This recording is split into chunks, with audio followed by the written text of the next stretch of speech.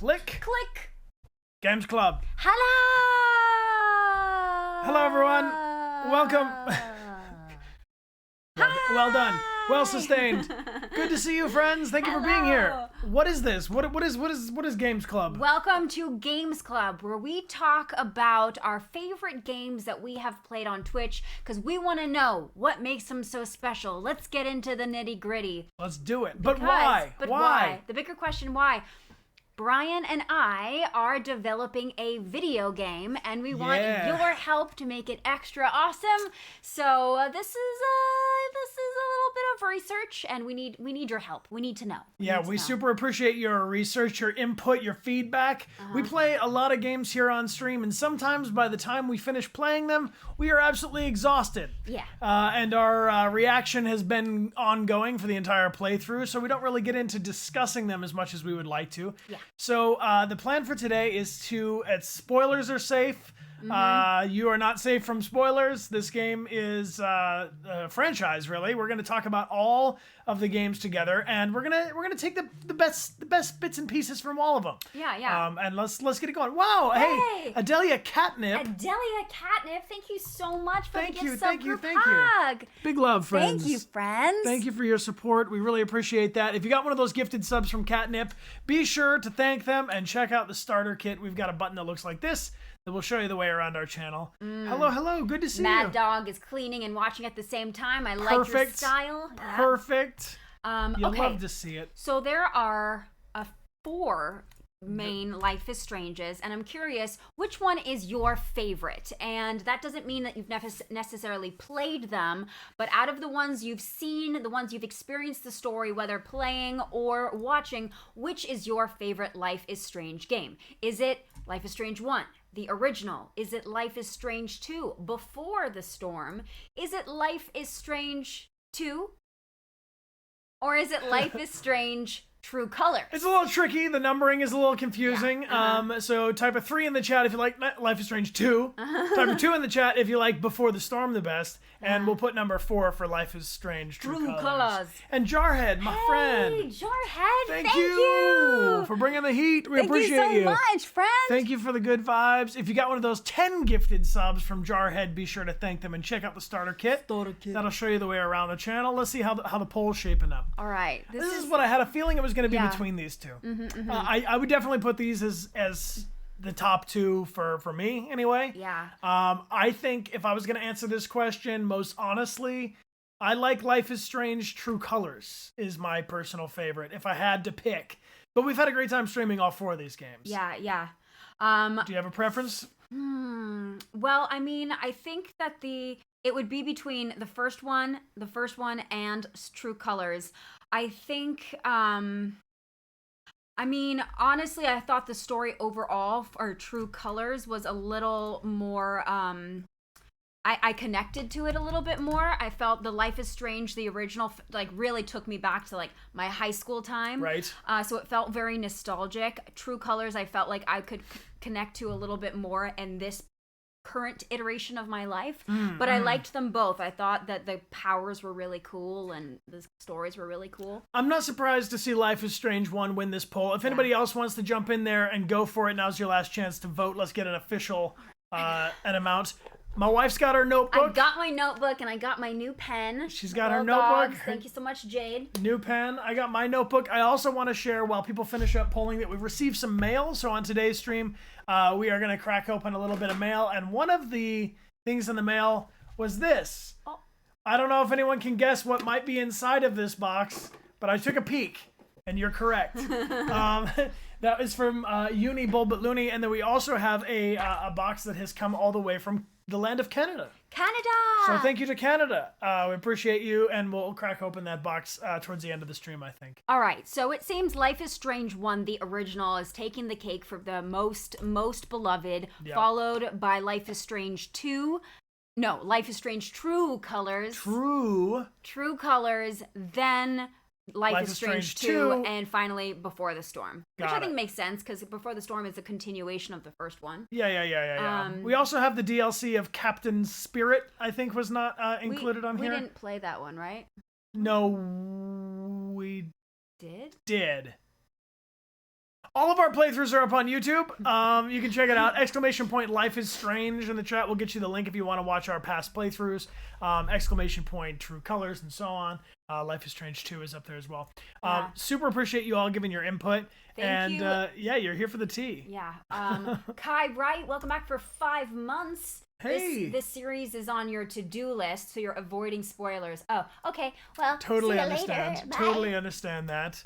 JC Finder, thanks for being here and subscribing. Yo, thank you for supporting our channel. And Delicious Nymph, welcome back for 15 months. Welcome back. I'm glad you had fun playing Risk of Rain with us on Tuesday. That was fun. Yeah, put it all together as one. Exclamation point Life is Strange, no spaces. It'll get you the link. And Lenya, welcome back for 5 months. And Lady Cheese Puff, welcome back for 9 months. Cheese Puff. Yo, Bubbly Nugget, welcome back for 8. 15. 8 in a row. 15 total. Appreciate you. We got Deviant Lady back with a gift sub to Canadryan. Yeah, right on. And Belusa Gamer, thank you for subscribing. Thank you for being here. And if y'all have Amazon Prime, you can link it to Twitch for a free subscription with this button down below the video. And also, I'm going to throw this out there. We have another game that we're going to play, not just discuss, next Friday. Next Friday. Anybody want to take a guess at it? It is a game we've already streamed. It's a short one. It's a short game we can play all in one stream. And it's a game that we're very interested in. Yeah, taking some inspiration from. Is it? It is What Remains of Edith Finch. We have streamed this game together on Goodly Twitch. The playthrough is up on YouTube all in one go. But What Remains of Edith Finch is a game that has just stuck out among all of the 100+ other games we've streamed together. And we're going to play it next Friday. And the idea is, like Games Club, we're going to go through it and we're going to unpack it a little bit more. We're not going to worry about anybody spoiling anything for us because we've already played. Yes. We're going to kind of like go off the path. We might not finish all the stories or we might not complete the whole game, but the idea is to just get into it and kind of unpack it. And like this stream today with the Life is Stream game, Life is Strange games, try to determine what it is exactly that we like so much. Yes. So put on your nerd caps, friends. Let's get analytical about it. Let's crack in. But before we do, thank you to the mods. Thank you to the mods. lieutenants. Appreciate your help on Twitch and on Discord. Thank you for hanging out with us, everybody, and for being with us on the stream today. We appreciate you. Let's talk about it. Let's talk about Life is Strange 1. I'm going to write it down in my book. Okay. Life is Strange 1. Please, if you would be so kind, shout out the things that you think are the most awesome about Life is Strange 1. What makes poll them. What makes that game really stand out? The rich story. All right. I see representation. Okay. I see game mechanics. The power. When we say game mechanics, can we get a little more specific? Or just like yeah, sure. We could get more specific. First, let's maybe do the power. Maybe the power. The power. The power. The characters and their character development. A lot of characters, a lot of character love. The emotion. The emotion. The drama. The drama. The art style. The art style. Choices you can make. Okay, choices. And that's we kind of have to top it off at 8, otherwise the form gets too long for the spot. All right. So, Taijo the Ghost, what's up? Welcome back for 6 months, my friend. We are talking about Life is Strange 1. What, in your opinion, is the best part about Life is Strange 1? Is it, number 1, the story? Is it number 2, the representation? Is it number 3, the power that you possess, being able to rewind time? The time control superpower. Is it the characters and the character development? Is it the emotion that this game evokes within you? You're tearing me apart, Lisa! Is it the drama that this game takes you through and crushes your heart? It crushes your heart sometimes. Is it the art style, or is it the choices that you get to make? All right, let's get it going here. Type a 1 through 8 into the stream chat on Twitch. We'll give that a minute to let everybody drop their opinions. And then depending on which of these categories win this poll, we'll go deeper into those categories. And then we're going to go deeper into Life is Strange True Colors, because that was the second most hype one. And then we'll talk about Life is Strange 2. Yep. Wow. Zionic, welcome back for 44 months, my friend. Thank you very much for being here. And Paula, thank you for the gifts up to Gravity Poison. Welcome back. We got Lissa Jonas is back for 10 months. 2 Sour Lemon. Thanks for being here for 2 months with your Prime. Hello. And Ninja Noodles is back for 39 months. And I see Goddess Loki04. Thanks for using your Prime. Welcome to our channel. All right. All right. You can only type, you got to choose. The whole point of the poll is that you choose. So typing 14143 will not get you there. Whatever you type in first. All right. Will be the one that goes up on the poll. I see a close tie for a lot of people about. Yes. All right. 10 more seconds to vote. And we will pause it there. Also, thank you all so much for voting and for letting us know what you think, because this is hugely helpful to us. Hugely helpful. Vices and Discos, thank you for that gifted sub, my friend. Hey, thank you so much, Vices. All right, I'm gonna lock it in there. It's the characters, the character development. Yes. Is what makes you all tick. I knew it before the stream. I was like, you know what? My guess is gonna be that their favorite thing will be is the characters and their development. Yes. And she also predicted that number 2, the story, second position. I was like, you know what? It's going to win number 3 then. I if thought it's it was going to be the power. It was going to be the power. Me too. But y'all are about the emotion. With the emotion. You like the emotion. You're tearing me apart. So big mans, if you want to vote, all you got to do is type the number into the chat. But this the is poll just is paused. over for now. But you're going to get a poll. Don't worry, you're going to get many polls. Pretty much constantly. Yeah. This is the way we hive mind it here. And Cyber Modus, welcome back for 16 months. Appreciate you. And Zoe, thanks for the 15 month support. All right, so you got your top 3. I do. And then just looking at number 4, it looks like the power comes in 4th Power place. is number 4. Okay, that's good. That's good to know. Followed closely by representation, of course, meaning the characters. All right. Sweet.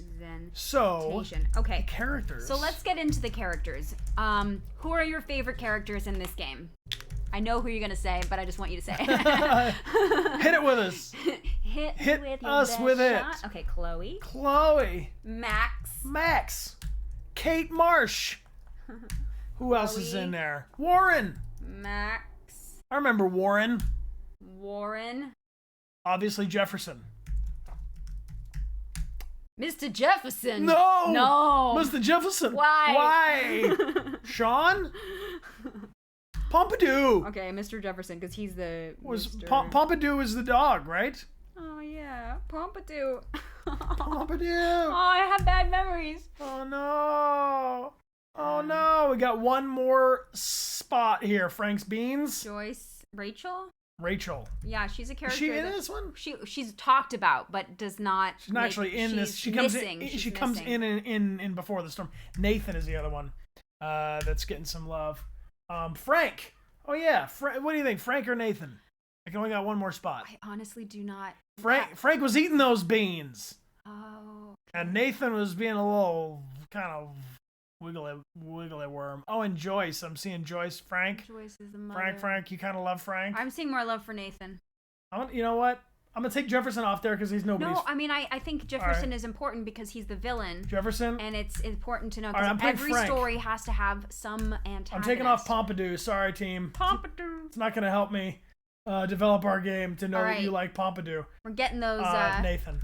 Nathan. All right, but we will put a dog in the game if it seems dramatically appropriate. Because Sumo gets a lot of love. Pompidou. Oh, okay. So out of these characters, I know it's hard to pick, but if you could pick your favorite character, is it number 1, Chloe? Is it number 2, Max? Is it number 3, Kate? Number 4, Warren. Number 5, Sean. Number 6, Mr. Jefferson.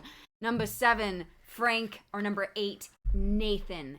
Which is your... Who's Sean? Yeah, I don't remember. Did somebody just make up Sean? Sean in Life is Strange. Let's see if there even is a Sean. Yeah. Oh, no, that's Life is Strange 2. Well, good luck. Sean can't win this poll. You can't win. Sean, there was no Sean in Life is Strange. Yeah, that's what I was like. I don't remember that. Well, somebody's going to get a minus Sean on their homework. Yeah. Okay, he's still doing good on the poll though. Well, you Sean can't win this. Sean can't win this poll because Sean's not in this game. But Yeah. in Life is Strange 1, it looks like it's gonna be Chloe and Max. I'm Is not anybody surprised? No. Look to your left. Look to your right. Not surprised. Not surprised. All right, we'll keep letting that roll for a couple more seconds because I want to see what happens to third place because that's gonna make a difference. And Annie girl, what's going on? Welcome back for 2 months. Natalie, welcome back for 15, and Chase B, welcome back for 5. Appreciate you much. _65, thank you for the big cheers. And Let's Play Roulette is back for 42 months. Let's play. All right, We're doing friends. Pause let's that. talk first about Chloe. Chloe. What makes Chloe so special? Because clearly she is the top favorite character. Throw out some things that make her really special. Yeah, I'm not gonna pull this part. We're just gonna. Her hair. So the way the character looks, character design. Okay. Her attitude, her personality. She's hot. Attitude. I see character growth. Growth. Rebellious behavior. She's Rebellious. gay. Her backstory. Or bi anyway. I guess people are discussing that amongst themselves. I'm gonna let Chloe decide how She's they want confident. to describe themselves. The accuracy of her mental illness, the tragedy, her trauma. Tragedy. She's complex. Trauma. Her Complex. character growth. I'm seeing a lot of love for her. What else you got? Very flawed. Flawed, but honest, right? Relatability. Her rage. Her angst is cathartic. Angst. Her view of the world. Rage. Her voice. Voice. Her voice. That's not how you spell voice. Her loyalty to Rachel is getting some love. Loyalty She didn't give up looking for her. to Rachel. How she allows Max to grow. Her determination. Oh, I'm seeing a lot of good intel coming in here. Yeah. M's Bubble, welcome back 6 months. All right, I'm going to put this poll away. All right. Her humor, I think that's important because especially when dealing with really dark subjects, I think it is essential to bring humor in because otherwise it's just like over and over again. You know, I need humor with my sadness. I can't just have full sad. If you just give me full sad, I'm going to want to wander away from that game. Which I think is my opinion about Life is Strange 2. I don't think I got the comedic relief in that game. I think I just felt consistently sad for 5 episodes in a row. Yeah, agreed. Okay. All right, so this is what I'm going to... this is what I got from all of you about what makes Chloe so awesome. How awesome is she? Her look, her design, the way that she presents herself, her attitude, the way that she grows throughout, her rebellious nature, that she is in the LGBTQ plus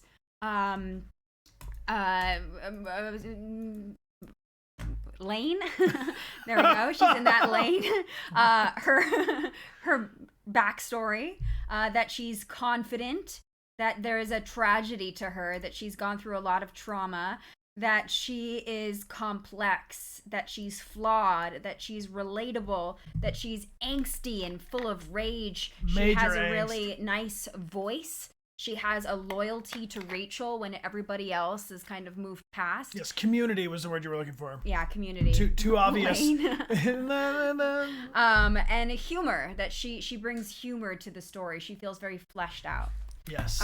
Okay, so I want to talk about her growth. Because I agree that she changed a lot from the very beginning when she was when we first see her. Is she buying drugs or something? She's doing something bad in the bathroom. Typical. And there's a gun. Typical. I'm gonna put up some text here that says what the current topic is. I think that'll help us. Yeah, okay, she's blackmailing Nathan. So she is extorting Nathan when we first, or bribing him, blackmailing. I'm seeing a lot of different ideas about what she's doing. She's doing something bad to Nathan. She's and then by the end, what makes her growth, like what are some of the most significant moments of her growth? Give it to us as simple as possible. Yeah. So, for instance, a character could go from being shy to being very outspoken. Okay, so she has walls up in the beginning and then becomes vulnerable to the end. Okay, so Walls keeping people at a distance and then becoming vulnerable. to vulnerable.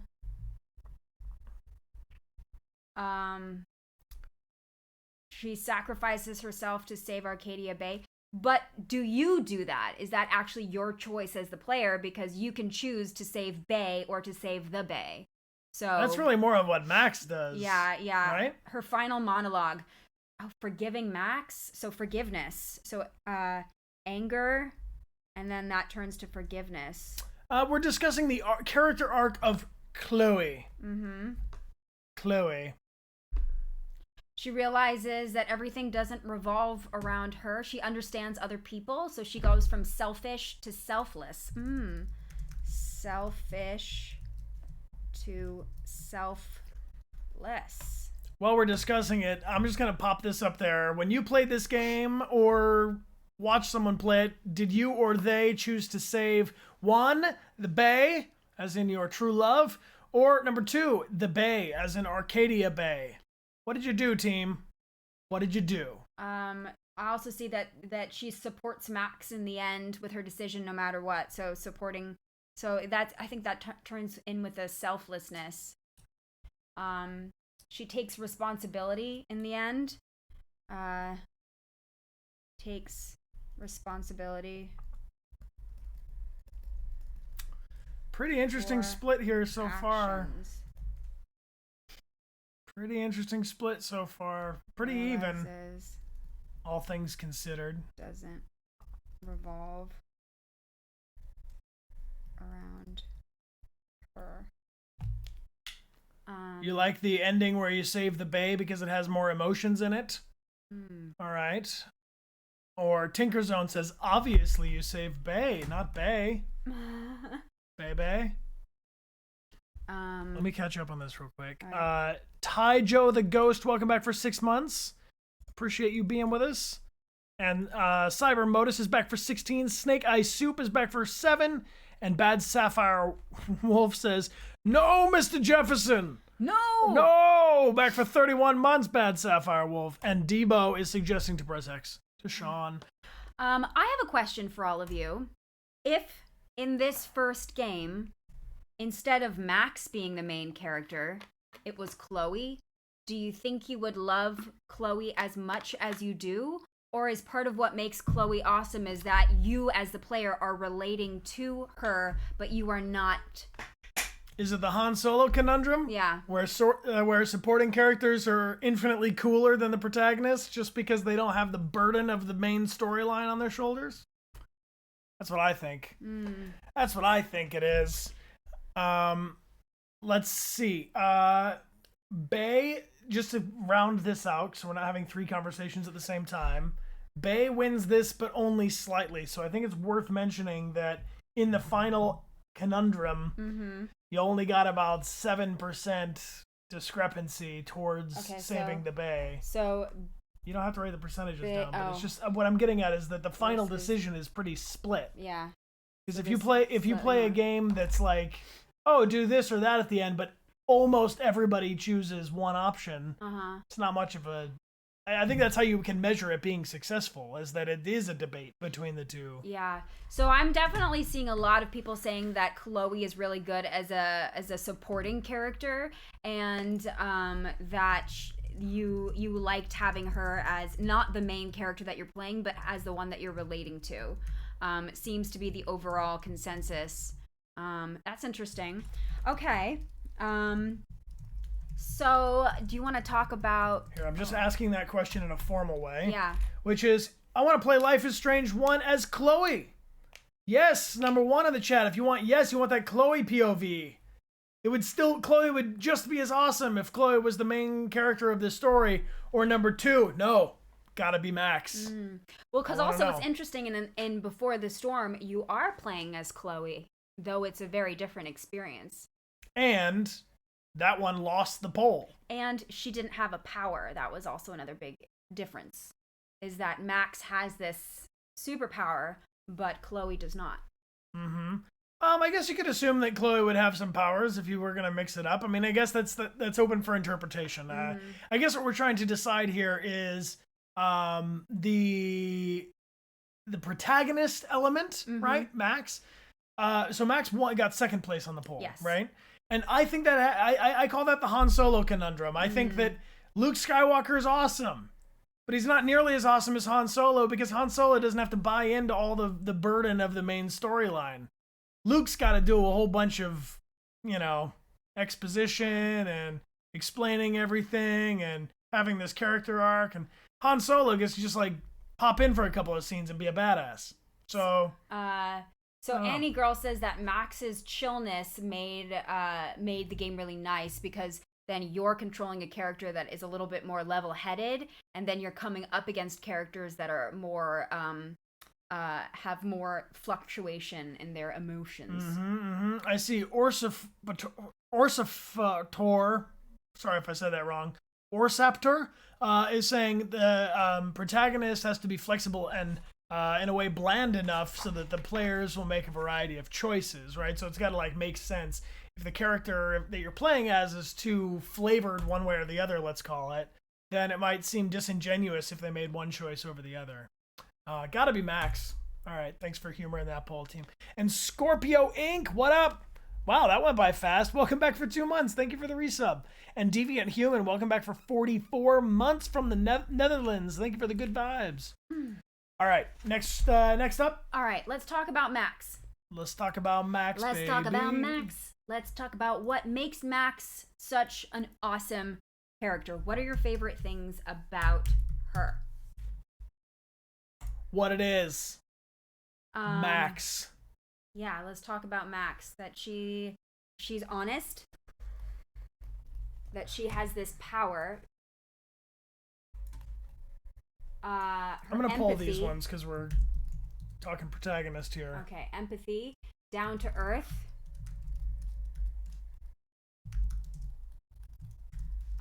Insight. Cheesy humor. Oh. Conflict of choices. So her inner conflict. I'm seeing relatable flowing through. Choices. Relatable. She's a nerd. Nerd, calm. Curious. These are all good things, but I can't pull more than 8. So I'm dropping 8 up on here. Isn't perfect. Imperfect. All right, these are just some of the things that you like most about Max, but help us weigh them, team. If you could boil it down to only one of these things, type a 1 in the chat. That Max is honest. 2, Max has empathy. The emotional life of the character connects to the other characters. Number 3, her superpower of time rewinding. Number 4, insight. I guess it's a bit of the detective element of connecting the clues or to read through the lines. Number 5, cheesy humor. Number 6, it's all about the conflict in those choices. Number 7, Max is relatable. Number 8, a nerd. Let me know what it is. She is shy compared to the other characters a lot. Down. For sure. The cheesy humor was too cringe for you?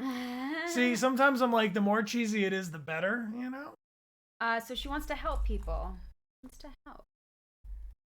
What does relatable mean? Relatable means that you see some of yourself in the character. So when you see Max, you go, oh, that's like me. I feel that way. Or that the character is making choices or has the option to make choices that feel like they are suitable to your own psychology, your own way of thinking. Just a phase like she doesn't run away from her problems. Faces problems. Faces challenges. All right. So I see that relatability is your number one reason why you like her so much, followed by her empathy, then her conflict of choices. So I'm curious, what about her makes her so relatable to you?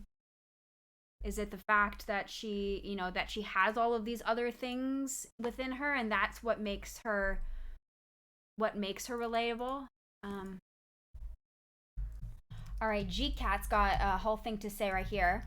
That they loved the mechanics and characters in Life is Strange, but hated the aspect that lots of choices you make are just undone. For example, the chapter where you save Chloe's dad, and then Chloe's in a wheelchair, and then at the end of the chapter, you undo.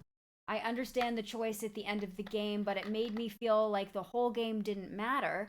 The character growth wasn't enough payoff for the prospect of completely undoing a story with a single choice at the end. Okay. It's a good point. Yeah. It's a good point. The insecurities in the wallflower, most of us feeling like awkward teenagers, that they were bullied by Victoria. Yeah. So Max is definitely a little bit more of the outcast kind of archetype, like Aloy and Horizon in the first game is not welcomed into the tribe, so there's a little bit of like that underdog imposter syndrome. Okay. She's kind of got this like could be perceived as like a little bit under the radar or invisible kind of vibes. So that's also an interesting point, because I'm thinking about a lot of the main characters, the protagonists of the games that we've loved the most. Especially, let's think about in Life is Strange True Colors as well. Our main character, Alex Chen, is also a bit of an outsider as she's coming into something new. Max has been absent from Arcadia Bay for a long time, and so she's returning, so she feels like not in line with what's going on, so she's an outsider.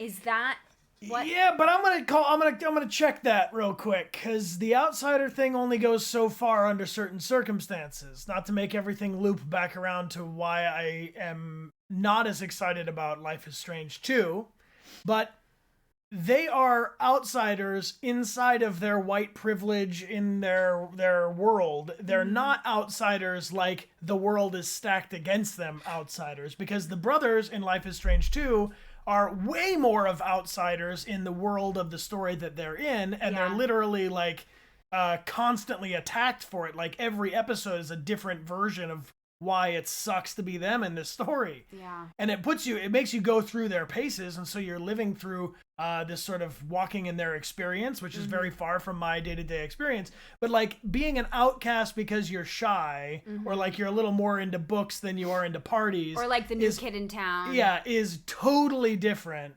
Yeah. Than being like, a exactly, a literal outsider, Literal outsider versus outsider thematically. Yeah. Because I think that there can be something like, because I noticed that outsider thing is consistent, right? In like, the Life is Strange. Yeah, in the Life is Strange thing, that you're not playing as someone who's like, oh, you're the student body president and you get along with everybody. Yeah. What are you gonna do today? Yeah, you're not the most popular person. Right. So there's like this relatability, because like I don't think not a whole lot of people really feel like I'm the confident protagonist of my own story. Like we all are kind of this protagonist of our own story, but we all sort of feel like a little bit like we're trying to figure it out, you know? But that I just feel like sometimes like another game that we played, which is kind of in the same world, we did Twin Mirror, where we come back into the story, and the protagonist in that story is returning kind of with all this guilt to this to a memorial service for a friend. It's like the after start having of left the town, having left to the Max. So literally an outsider, you know. Yeah. But when you come back in, you're met with this like antagonism that just to me didn't sit, because I was like, I don't want to be this guy. Everybody hates this dude. So like I think that there's a sweet spot of like the character who doesn't have all their shit together. Yeah. But they're still not like... People are not actively hating you. Right. Because no one wants to be actively hated. Right. And to loop this back to Detroit, right? Connor, Marcus, and Kara, the three playable characters, Kara is getting absolutely the shit end of the domestic abuse situation in that storyline. Yes. Like, that's like a really bad place to be. So Kara's in a horrible spot. And Marcus is kind of like taking into consideration like kind of the greater plight of the androids as he witnesses these protests and gets pushed around in the opening scene for that character. But Connor, in that case, he's still one of the outsiders, sort of. He doesn't have the full stage, but like most of the time you're still getting to like, you still have your faculties or something. You're not completely under the thumb. Yeah, so I don't know. think it seems that like being new or feeling a little bit on the outside of the of the community, but like not like people don't hate you. Right. I want to play a game, and then I'm gonna like imagine myself as that character. So it's okay if I don't have like all the answers and know all the things. Like Max is like has a certain kind of naivete that comes with like a coming of age story about high school and stuff. But it's not like you know, like beat this like bully simulation game. No. You know what I mean? Which I think other games have given me too much of.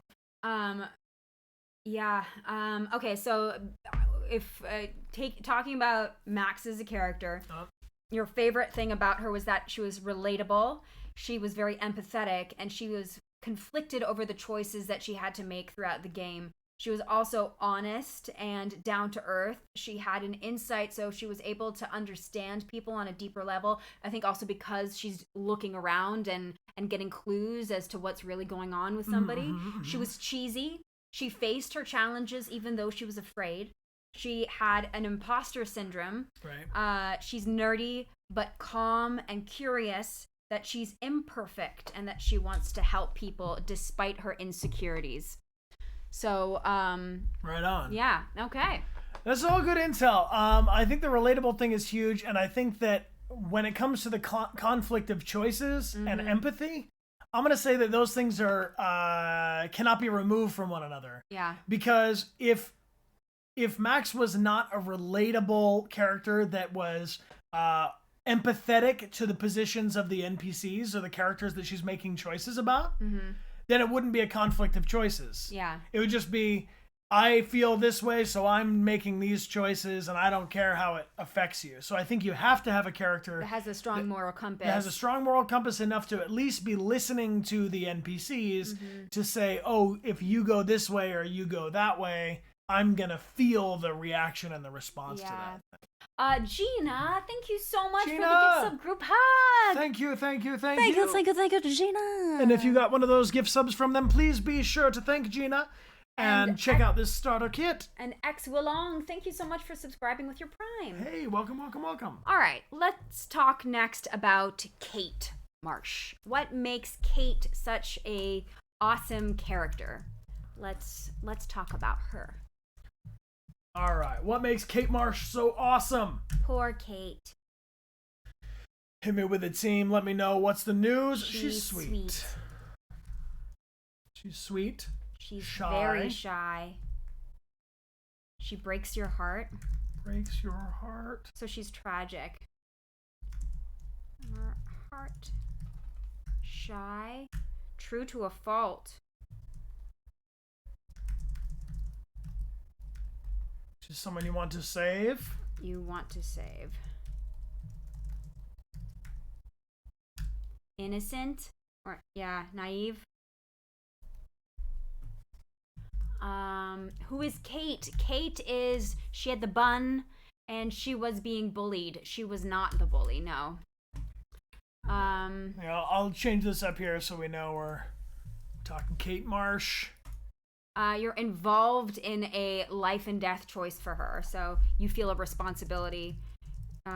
You're involved in life, death. I know it's almost impossible to rank these, my friends, but go ahead and let us know if one of these stands out to you. Go ahead and type in 1 for sweetness, 2 for shy, 3 breaks our heart, or it's a tragic storyline.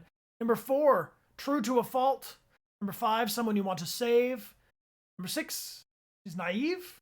Number 7, is it the life and death choices, the responsibility of that storyline? I see it. Thank you all for the big love, Dame Deviant. Welcome back for how you doing, Dame? 44 months. Appreciate you, Dame. Dame. Thank you. Dame Games. And Ryan, thank you for being here for 17 months, Ryan77. Appreciate you. It's the tragedy. It's the tragedy of Kate's storyline. It breaks our heart with over 50% likelihood, followed closely by that she's sweet and naive, and that the life and death choices surely echo into the tragedy of the storyline. Mm-hmm. Hey, what's going on? How you doing? Nice. Barbados Sage, hi, hello, and welcome. Come on in. All right, it's the tragedy. It all boils down to. Yeah. You want to do any other characters before we round out the I want to talk about Mr. Jefferson, because Mr. Jefferson is our main big bad. Mr. Jefferson. So I want to know what makes Mr. Jefferson so bad. Like he's. We know what Mr. Makes. Let's talk about him, because he is a pretty awful villain. He's cruel. Mm-hmm. Manipulative. He's a sleazeball. Okay, but then after we asked that we didn't expect him. Yeah, hypocrite. We didn't expect him. Unexpected. The fact that it's a twist. Travis likes that twist. Mm-hmm. Calculated, very realistically villainy. Uh-huh. Psychotic, creepy, criminal. His dialogue is amazing. He was our teacher. Uh-huh. So we trusted him. We trust, and here I am. Terrifying. Playing true colors, trusting everyone I can. Left and right, like Predator. an innocent idiot. You never suspected him. Yeah. Betrayal. Okay. You like the betrayal. Dame Deviant says the villains can hide well. You trust him at first, so it's harder when he betrays us. Kind of like in True Colors. This is what I was literally just saying. Yeah. All right. Black Cat suspected him after episode 2. Oh. Well, there's a comic too, huh? That's cool. Okay. He's charming. Yeah. So that's a big damn deal. Yeah. It's a big damn deal. The betrayal thing is real. That was the biggest payoff for me in True Colors too. Mm-hmm. We'll get into that game in more detail later, but okay. So Mr. Jefferson was really like he was a horrible, bad character. So my question is, did you like having a villain that was so like awful, or would you do you prefer villains that are not quite as just like obviously horrible? Like on a scale of 1 to supervillain, I'm doing this. When it comes to Mr. Jefferson was number 1 in the chat, the perfect amount of evil. Mm-hmm. Number 2, you'd like Mr. Jefferson to be more evil. Mm-hmm. Or number 3, less evil. To be a villain, you got to be a certain amount of evil. Got to be a certain amount of evil. I will say that there was a good amount of the reliving of the Mr. Jefferson thing where we're like dealing with it, like literally, like get out of this like place. The maze drove me insane. You can watch the playthrough and watch me absolutely lose my mind. Yeah. We couldn't escape him. For me, Mr. Jefferson was a little too evil, but I understand. He's just, everyone likes he's like it's just like cringe. Maybe he's the right amount of evil, but I spent just like a little too long with the evil. I don't know. I lost my mind in there. I did not find it again. No, actually, it's still gone. It's been gone since. Still gone. All right, so y'all, I see 84% of you saying he's a perfect amount of evil. All right. Okay. Okay, so Saharaless says that they this is a counter to somebody else, which is it is cool that you can reply to each other in the chat. Yeah. And thank you all for keeping it very we'll keep it real respectful and studious around here. Little point for point kind of that thing. Even if you feel like you didn't really have control over the story in the end, that it still did its job, that the story did its job, because we never had if we never have powers, life would have moved on if we didn't have these powers, then life would have moved on as always.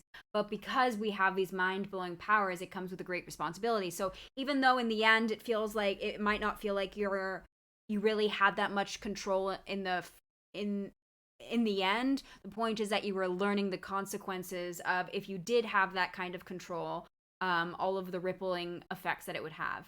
Mm-hmm. That's what I mean. Yeah. Interesting. I think with the longer ones, sometimes we need to read them in our head once because they move through the chat pretty quick, and then we can share them. So Black Cat says he actually says something at the beginning of the game that points directly to him being the bad guy, but no one picked up on it, not even them. Huh. All right. Well, 84%. Mr. Jefferson was a right amount of evil. A satisfactory amount of evil, and a few of you wanted him to be more evil. Which I don't know if I could play that game. I don't know if I would have to tap out. If it was a little less evil, I'd have been all right with it. But I get why. I mean, he stands out as a villain, right? Okay. I have another question about villains. All right. Do you like a villain that you can tell from the beginning that they are the villain? Or do you prefer to have that twist betrayal? It was someone that you were, that you loved, that you cared about, that they are actually the surprise baddie. Yes. Baddie? Yeah, that's good. Or it's with an I-E maybe. Baddie. Baddie? I'm seeing a lot of love for a stealth villain. Yeah. What do you think? Twist. Red herrings and twists. Okay. Red herrings and twists. Red herrings and twists for baddies. I agree. I like not necessarily being able to tell straight off the bat that someone's bad, or if I do, realizing that they're actually not the worst part of it, that there's something else bigger and worse that I couldn't have even suspected. You got some options when it comes to the antagonist. You could have a big bad that works for an even bigger bad. Yes. An even badder bad. Mm-hmm. That's your Darth Vader unto the Emperor Palpatine type situation. Mm-hmm. Yeah. Because Darth Vader's a bad dude from the very beginning, and maybe you're going to get a little sprinkle of redemption out of him, but not a whole lot else. Or you can get the old flip-flop. Thought it was your friend, then turns out to be the bad guy. Mm-hmm. Yeah. Dun, dun, dun! Okay. Any more character cues in the last 5 before we take it? No, I think that's I think that this is a good amount of stuff about the character. Maybe before we take another break, we could talk a little bit more about a protagonist, not necessarily in just this Life is Strange one, but in general for story games, bending story games, because that's the game that Brian and I are working on. We're making a bending story narrative. What is your favorite? What do you think makes the strongest kind of protagonist? The character, the playable character that you're going to be playing as. I want to know, like in the Life is Strange games, or like in Until Dawn, or any of those, or Detroit even, what makes them an awesome flaws. Okay. Protagonist. You want them to have flaws. And I see the odds stacked against them. Believable moral dilemmas. Stacked. Hedwidgen, excellent username. Believable. Being flawed, different goals and missions. Dilemmas. Goals, ambitions. Internal struggle to find themselves, their development. Internal struggle. Or internal conflict. To find themselves. Okay. These are great things. Morals versus orders. What's up, Ludrow B? Good to see you. That's cool. Growth. Yeah, I see Hannah saying relatability even when they suspend reality by things like having magic powers or they're literally an android. You can mold them into what you want. Mold into your own. Villain to hero, or hero to villain. Villain to hero, or vice versa. This is great intel, team. Thank you for sharing all your thoughts with us like this. Likeable villains are always your favorites. Yeah. Those morally gray characters is what we've been talking about a lot. So kind of they keep getting back up.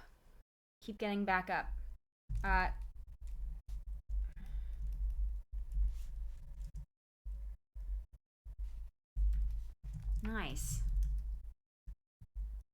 Anti-heroes.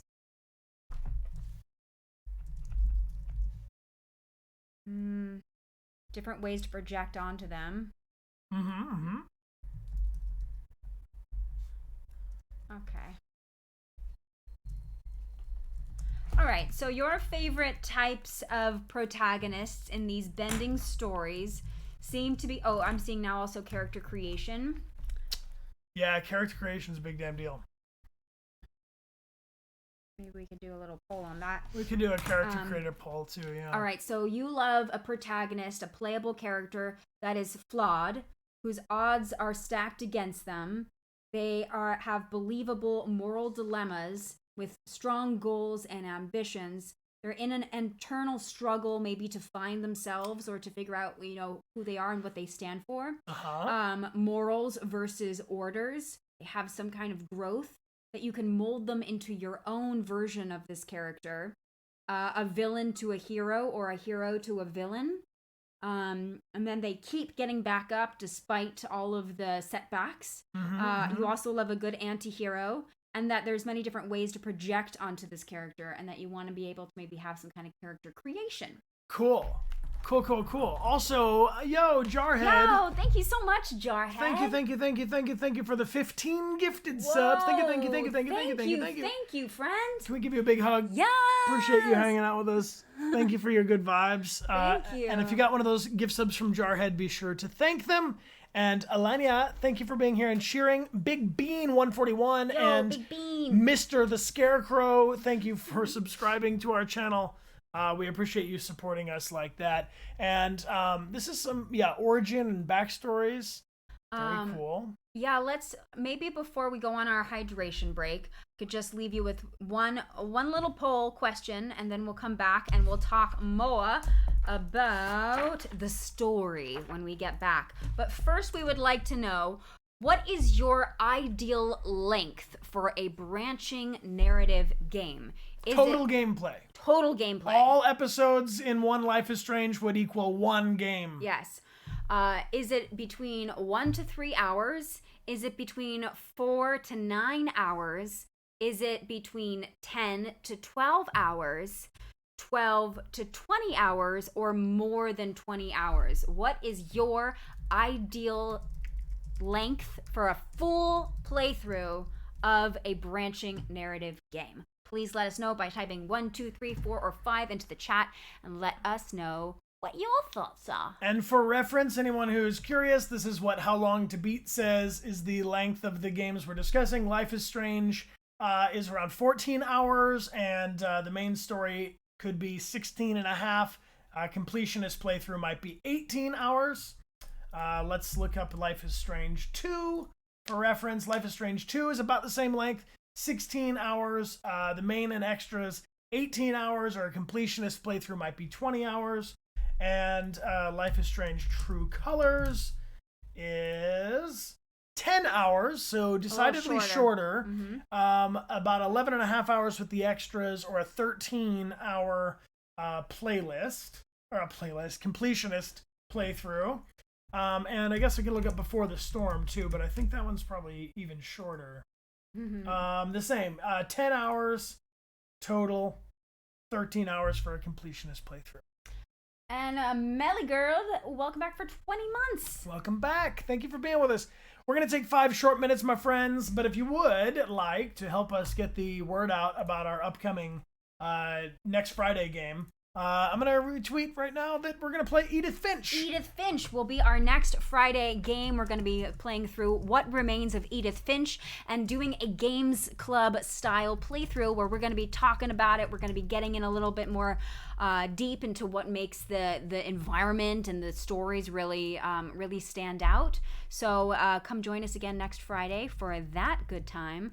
On tomorrow, we are beginning Batman Arkham Knight, which we're very excited to dive into. Sundays, we continue Horizon Forbidden West. And on Tuesday, we are continuing Myst, the great 1993 original puzzle game. Yeah, we're going to point and click our way through the adventure.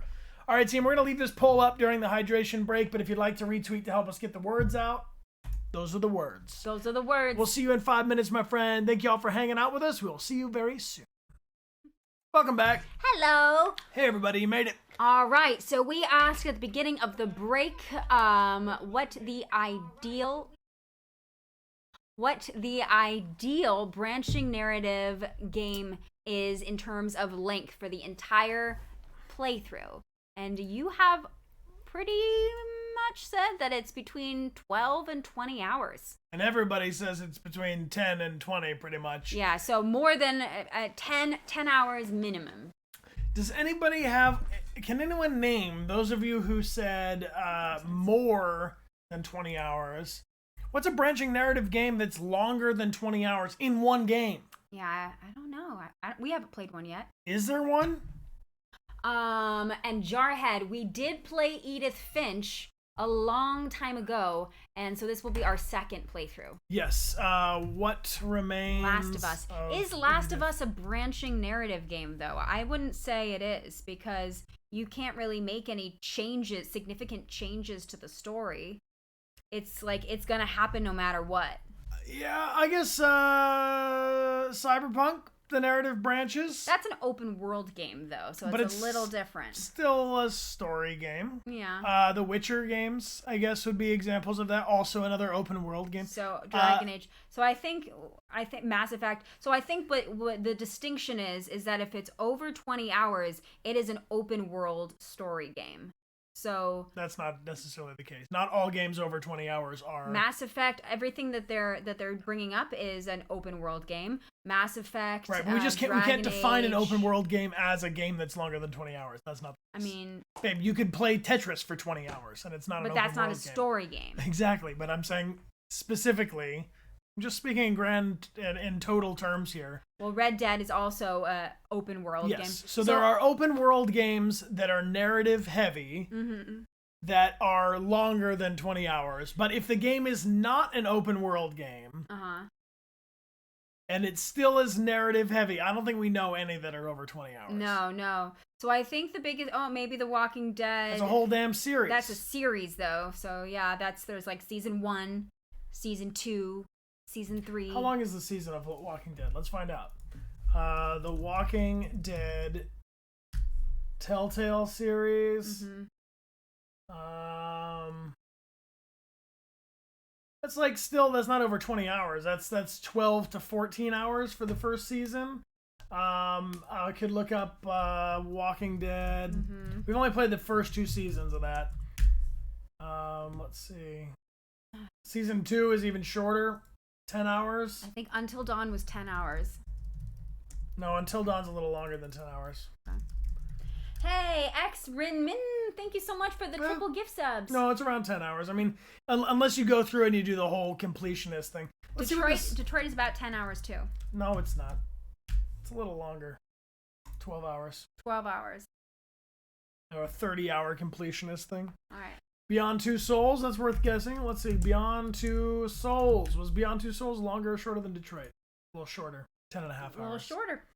All right. So I'm seeing a lot of these are like between 10 and 12 hours. I think that's a pretty big category to go from 12 to 20 hours. But Life is Strange, the first one was, pushing 16 hours. Yeah. Cleopatra, welcome back for 2 months. Thanks for subscribing. Okay, so the next, your second favorite thing about Life is Strange 1, because we're talking about Life is Strange 1 right now, was the story. So let's get into the story. What were your favorite elements of the story in Life is Strange 1? Okay, I'm going to put that up here on top. Life is Strange 1 story. The plot, the mystery, solving a mystery. All right, mystery gets a lot of... And so mystery goes in with twists. Having the power.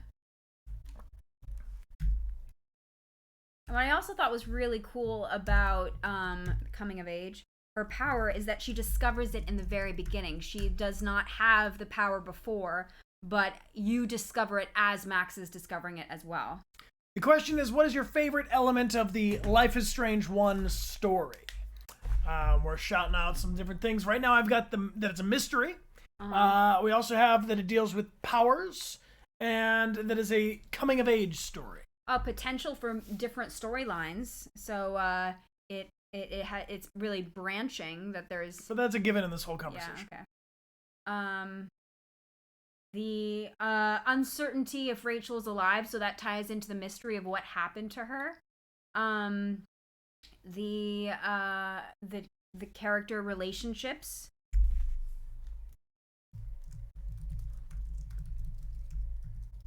Okay. The ambiguity of Rachel Amber, so that again ties into the mystery, the twist. Y'all want me to put the twist as a separate thing from the mystery? Because honestly, you're gonna build a whole. If you build a whole game around a twist, you end up with an M. Night Shyamalan movie over and over again. I think they kind of go. I think it's together. Good you can have a twist, but if you make the twist the thing, then everybody gets to the end of the thing and they go, "Oh, he did it again." IRL issues. Okay, so real life issues. I think that the twist and the mystery go together as one, because a mystery takes you on a bunch of different twists and turns. Okay. I'm going to go like this. All right. Let's take these 5.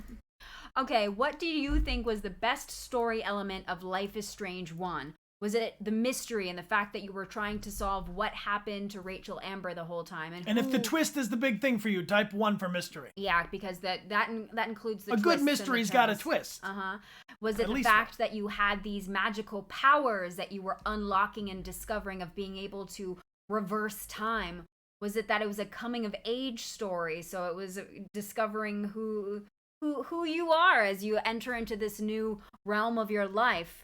Or was it the character relationships, type number 4, if it was how you were relating to the other characters around you, or that it had some real life issues like life and death stakes, things that you can relate to on a human level. Yo, and Nick, I gotta say, what's up? Hey, Nikki, thank you so much. Hey, thank you. Thank you, friend. Appreciate the gift sub group hug love. Thank you for hanging out with us. And if you got one of those gift subs from Nikhil DSA, be sure to thank them and check out the starter kit. This will show you the way around the channel. Appreciate you all hanging out with us. All right, a lot of good further input coming in. Yeah. But it's this mystery. Yeah.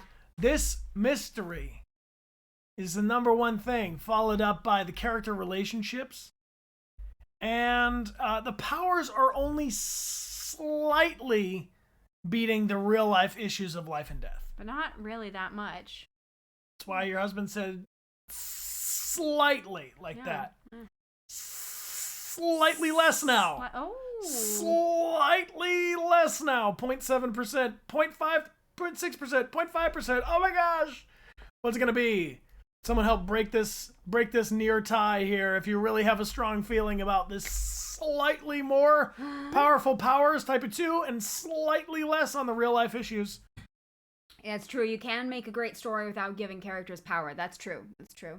That is true. That is true. There's an inherent power in each of us, I do believe. I think you got a good point there that it's hard to choose one because they all go together to make the story great. But what's fun about this is we're hacking into each of these different storylines. Maybe we could do this with the story for all the games. Yeah. Just to kind of keep it section by section. And that way we can dodge any spoilers it's too much of a thing. It's the mystery, babe. Oh, actually, so the real life issues took power over the power. It's true, but by a couple of votes. All right. Okay. Can we do Life is Strange 2? Yeah. The same question when it comes to the story of Life is Strange 2. No, let's do Before the Storm. Let's do them in order. Okay. Before the Storm story. What are the absolute best aspects of Life is Strange before the store?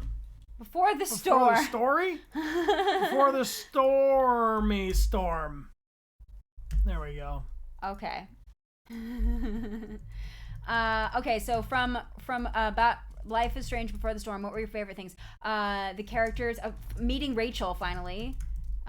So connecting the mystery, meeting Rachel. Okay, we need to abstract these concepts a little bit, though, or they're not immediately relevant, unless we plan on making a game about meeting Rachel. Do you know what I'm saying? Yeah, well, I mean, that seems connecting to the other game. Yeah, that it connected to the other game, the Teenage Chaos. Yeah, this is the prequel vibes. Getting more backstory on the characters.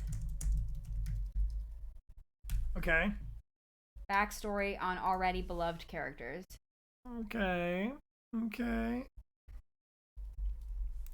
Expanding the world of the game. Okay. Chloe's dreams. Don't remember. Shakespeare?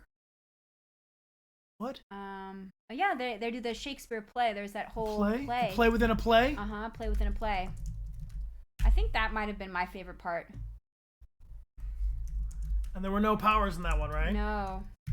It was the Tempest. That's right. They did the Tempest together. Mm-hmm. All right, I'm gonna pull this for. Mm-hmm. Rink! Galactic Gal, welcome back for 6 months. Hey, welcome back. All right, here we go. We've got number 1 in the chat for the prequel vibes or the backstory or the connecting it to Rachel, etc. Number 2, expanding the world of the game, so it's giving you more in the same world that you've become familiar with. Number 3, the play within a play.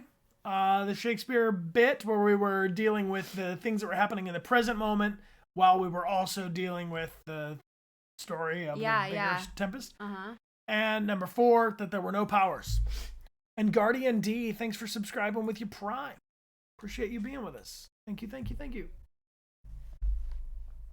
I mean, yeah, I think the most hyped thing about Before the Storm was that it was a continuation of Life is Strange. So you were getting to spend more time with Chloe, who you know, depending on your choices, maybe didn't make it at the end of Life is Strange.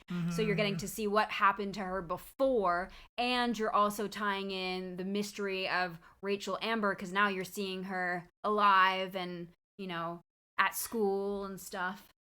Yeah, cool. So basically what I'm taking away from Before the Storm, which, by the way, is not really a DLC, but it was like it's like in this in-between zone, right? Like, yeah. It seems that the thing about Before the Storm is that it's more of the world of Life is Strange 1. Yes. Either before or after or sideways or whatever. But it's basically very heavily dependent on the original game. Yeah. And I would go so far as to say it just couldn't exist. No, right? No. Without you the other have one. to have Life is Strange in order to have Before the Storm. Got it. Yeah. All right, but Life is Strange 2, however, stands completely on its own as a game. You don't have to know anything about the Life is Strange goodness! story. Helena, Kate, whoa, Raiders! You. Whoa! Hey, Raiders, we have something for you. Come on in.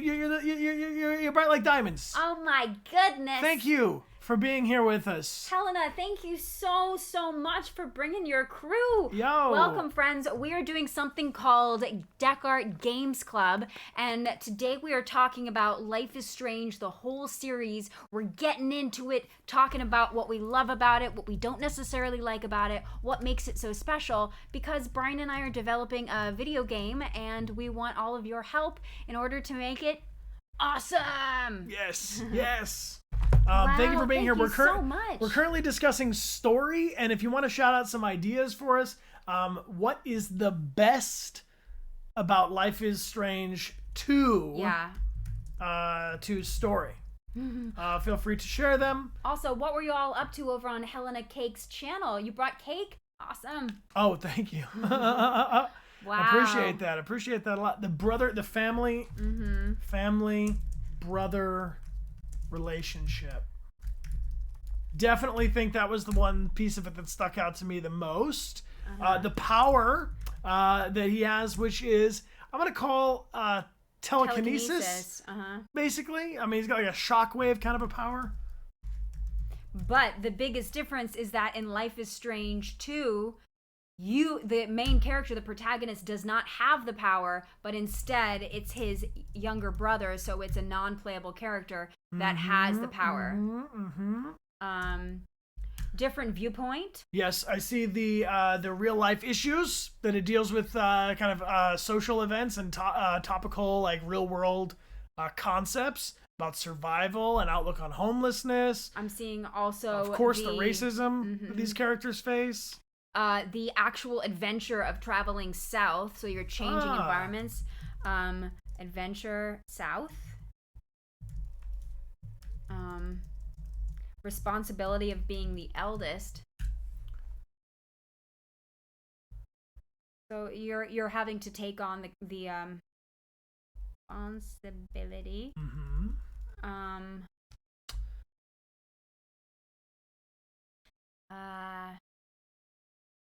To me, I think the thing I liked the most. Oh yeah, the story of the wolves, which is another story inside a story, right? Story of wolves. Right, the brothers kind of allegory for themselves. Yeah. Felt pretty bleak for sure. Yeah. Having a found family. All right, I'm going to pull these ones up here because it seems like we're repeating ourselves a little bit. Yeah. Number one in the chat, if the best thing about Life is Strange 2's story is the family or the brother relationship, so that you're playing as a character who's related to another character that you're responsible for. You're the elder sibling, and your younger sibling is the one with the power. Number two, if you like playing with the power of telekinesis, this kid has the ability to influence things with his mind. It's kind of an emotional burst that comes out and in some cases is very destructive. Number three, that it deals with real life issues, social issues. We also have four, the traveling, the fact that the story is a bit of a road trip journey, that they're on literally going south, but that they're moving through these different environments. I think to me that was one of the things that I enjoyed. Same. Because every chapter felt very different because we were in a different place when we were like up in Oregon compared to when we're getting closer to the border and making our way to Mexico. And number five is the story within a story about the wolves, the two brothers allegory of the wolves. And Brooke Strife, thank you for sharing the love with the cheers. Appreciate you being here. Very good. It was just a solemn story for sure. Yeah, it definitely was really sad. I feel like I would have liked for more comedy or more humor to be brought into this story, because I felt like it was emotionally like just really, really heavy the whole time, and it kind of didn't let up. Which I get and I'm on board with. I mean, I just think that when you're telling a super heavy story, as we've played some super heavy stories, without a little break for some levity and a game that takes more than just one play session to play. Like, I think if I would play like What Remains of Edith Finch, we're going to play next Friday. That's a heavy game. It's got some dark subject matter, but it's very short compared to Life is Strange 2. So I think that there's like a literal, the gamer conundrum is like, I got so many games, I could click open any of these games, right? Yeah. What is going to bring me back to that world? Yeah, because you have to opt in over and over and over again. So, yeah. Okay, so it seems that the family-brother relationship was the most awesome part about Life is Strange 2 in the story, followed by the real-life issues and then the traveling south. Okay. Cool. I do think it's really important when games use real issues in their story. I mean, social issue-based theater was a big part of my high school and going into college and the things that I focus on. And I think it just becomes a matter of how do you do that respectfully to the subject matter while still allowing for it to be fun, because a game is at its base playing, right? Yeah. Cool. A lot of good intel. Thank you, everybody. Also, if you're sharing these longer messages, I want you to know that Amelia and I, we watch back on these streams and we read through all of the messages much slower. So if you feel like you've shared something that's a little more in depth, don't worry. We will definitely be reading it, even if we don't read it out loud on the stream. Play stories untold. Well, because you put a little troll face next to that certifiable, I don't believe that that is a light story. Yeah, I see sweet Chrisabel saying that heavy stuff should feel relevant to the plot and not just there for shock or trauma value. Yeah. I think that's a big thing too, especially a lot of games are written by people that are writing a story for the first time. Like there's a lot of people who have written a TV show who've worked on many, many, many TV shows before working on the next TV show. So there's this kind of like learned arc that's happening, whereas games take much longer to develop, and a lot of games I think are written by people that are writing a game anyway for the first time. So it's definitely an emerging art form to have such a script heavy video game, because games even with stories are relatively new, let alone ones with scripts, and let alone ones with scripts that branch and da-da-da-da. Which leads me next to Life is Strange True Colors. Let's talk about that story. Because that was your second favorite of all of the Life is Strange games. That was your number 2.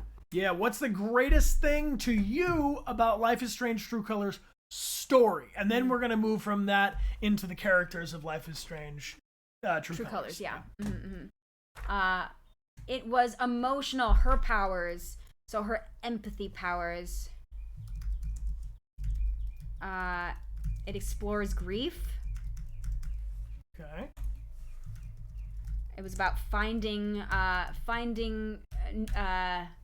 family. Found family. Older characters, so it felt more mature. Okay, yeah, I'll put that on there. Definitely compared to the other Life is Strange games. Yeah. Again, there was a mystery about what happened to her brother. Who was the one that made that didn't put that call through? I see family bonds with Gabe. Understanding your feelings, so it kind of turned it inward, because you were also exploring your own emotions as well. Exploring your emotions, understanding. All right, and I'm going to put up, because this one was a big part of the discussion when we were streaming it, was the romance options. Because everybody had a strong opinion about that. Yeah. I'm gonna pull this up here. Let's hit him with those 8. All right. So, friends, in Life is Strange True Colors, talking about the story, what do you think was the best element? Was it that it explores the different stages of grief? Was it the power of empathy and Alex's ability to read someone's true colors in that moment? Was it that Alex was finding a newfound family? She was making new memories? Was it that the characters were older and a little more mature? Was it the character development, how Alex evolved over the course of the story? Was it the mystery? Who is the one that is behind the death of her brother? Is it the family bond and her relationship with Gabe? Or was it the romance options that you could choose to either romance Steph or Ryan? You can see which one we chose. All right. Thank you all so much for voting. Yeah, I see a lot of you also have a couple of different favorites, so a little of this, a little of that. I know it's hard to pick an ultimate favorite, but it does give us a good readout if everybody picks just one thing. If anybody else wants to jump into the poll, now is the last chance to do so. All right, so it seems that the power of empathy was the most important, was the most hype part of Life is Strange True Colors, which I agree. I thought that was a really, really cool way to talk about emotions and how to deal with them and how to relate to other people who are going through them.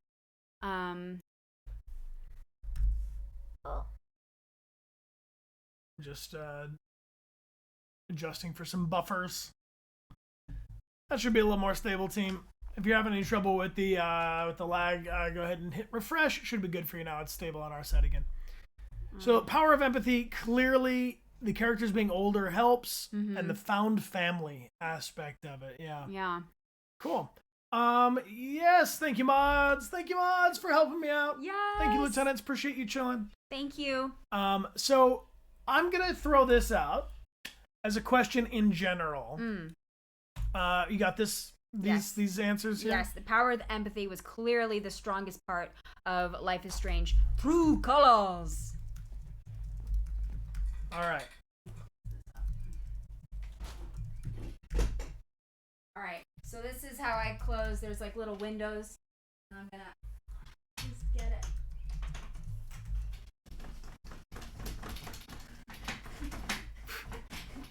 Good work, babe. Thanks. You got this, babe. You got it.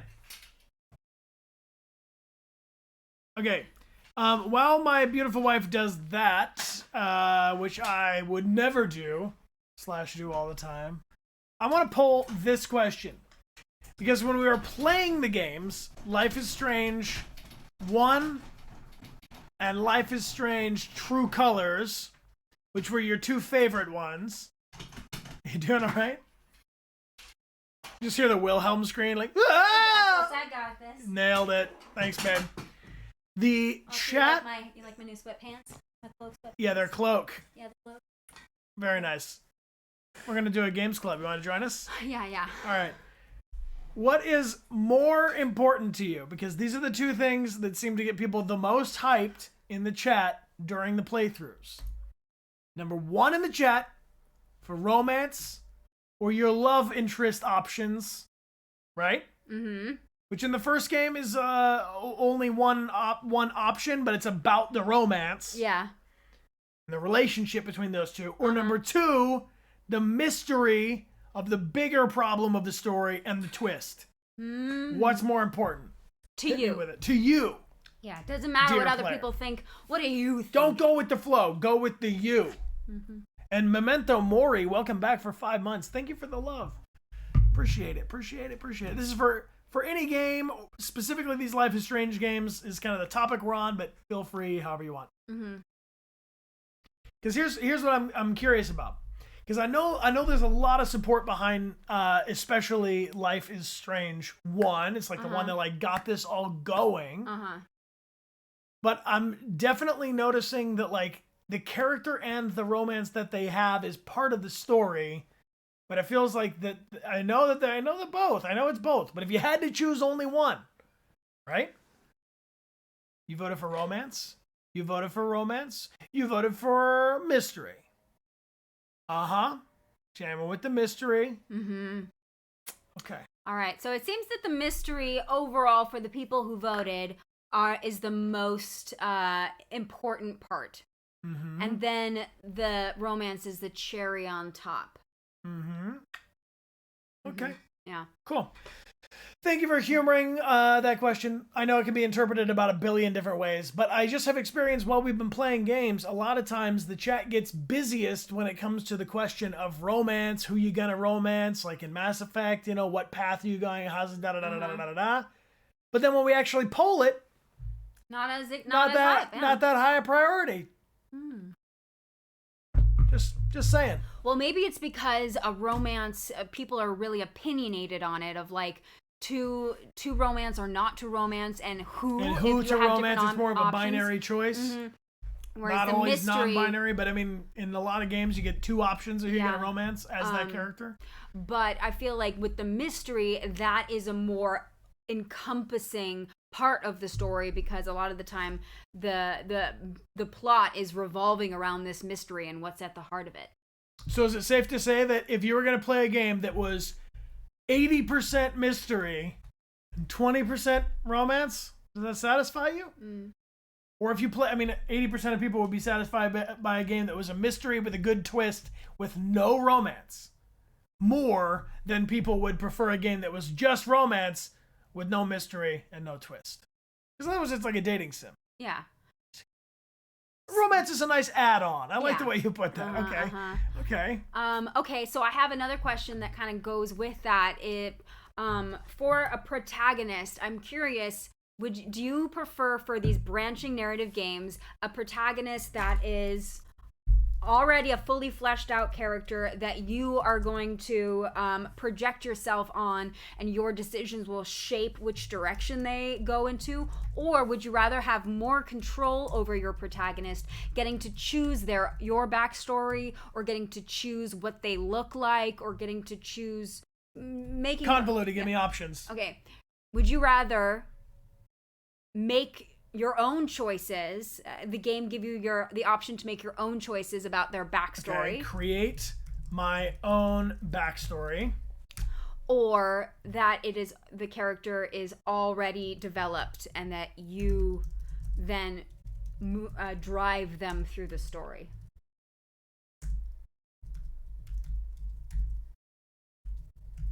All right. And I'm going to put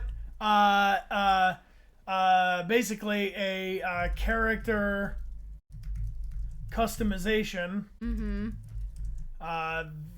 physically, but not backstory, really. Okay. Like, we're talking Sims, we're talking like you can change the skin that you're in, but it's the story. It's the same character. Do you know what I mean? Like, the story, largely the story stays the same the more the character is customized, as I've seen. Like, you're getting into hair color and stuff. And this would be for a bending narrative game that would be in the same vein of Life is Strange, or of the Dark Picture anthology games, or of Detroit Become Human. But all of those, the character already exists, the playable character. What do you think about the idea if you had the option of being able to create Max's backstory? So she has one that you've created, or Alex's backstory, or would you rather just it's already presented for you? Also, Scorpio Inc., welcome and thank you so much for the 3 gifted subs. Hey, thank you. Thank you. Appreciate you. Summon Butterfly. Yes. Thank you for the good vibes. And Pom Pom 5. Welcome back for 8. Welcome back. All right, I'm seeing a lot of people saying it depends. It depends. Of course it depends. And it can't take too much time, because then you get bored if you did customize. Okay, so, I mean, really we're looking at a perfectly even split between character creator and existing character, right? Yeah.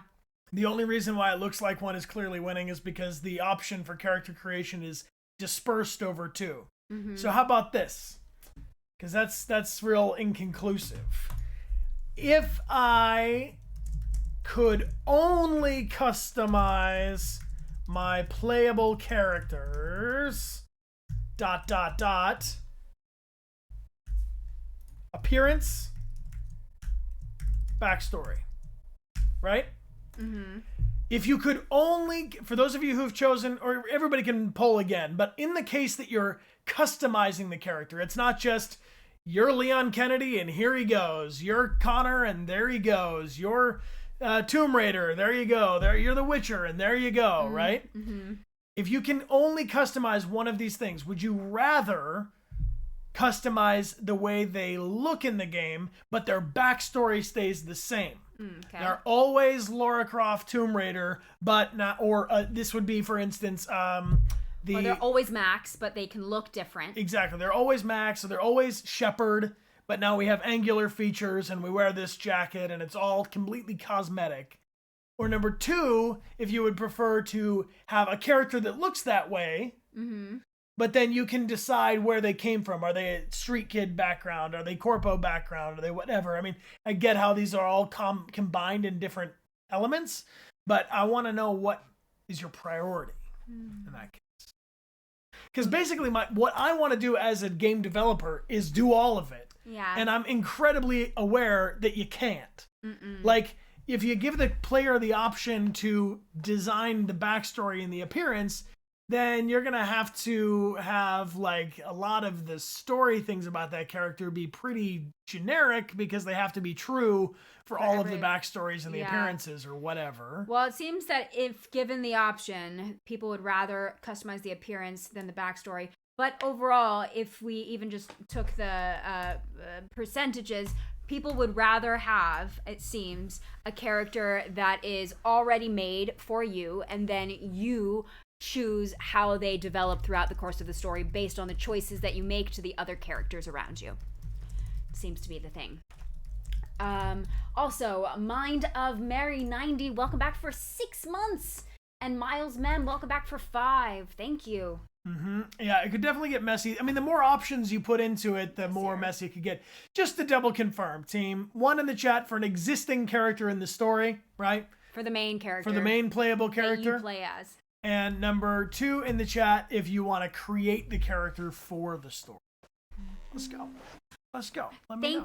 Thank you so much for voting and letting us know what you think. I cannot tell you how helpful this is. It's incredibly helpful. Yes. Amelia and I have been discussing a lot of things that we need to learn to develop a game and the kinds of people that we're going to need to team up with and collaborate to make a game. And basically what we're trying to do is prioritize at this point which features in a game really got to be there. Yeah. Because we could spend a long time making it so you can have purple hair, and then people are like, I really don't give a shit. This character's boring and just has purple hair. Also, to answer the question, what is this poll? What is the question? It is, for your playable character, would you rather have an existing character in the story, or would you rather get to customize your playable character before the story begins?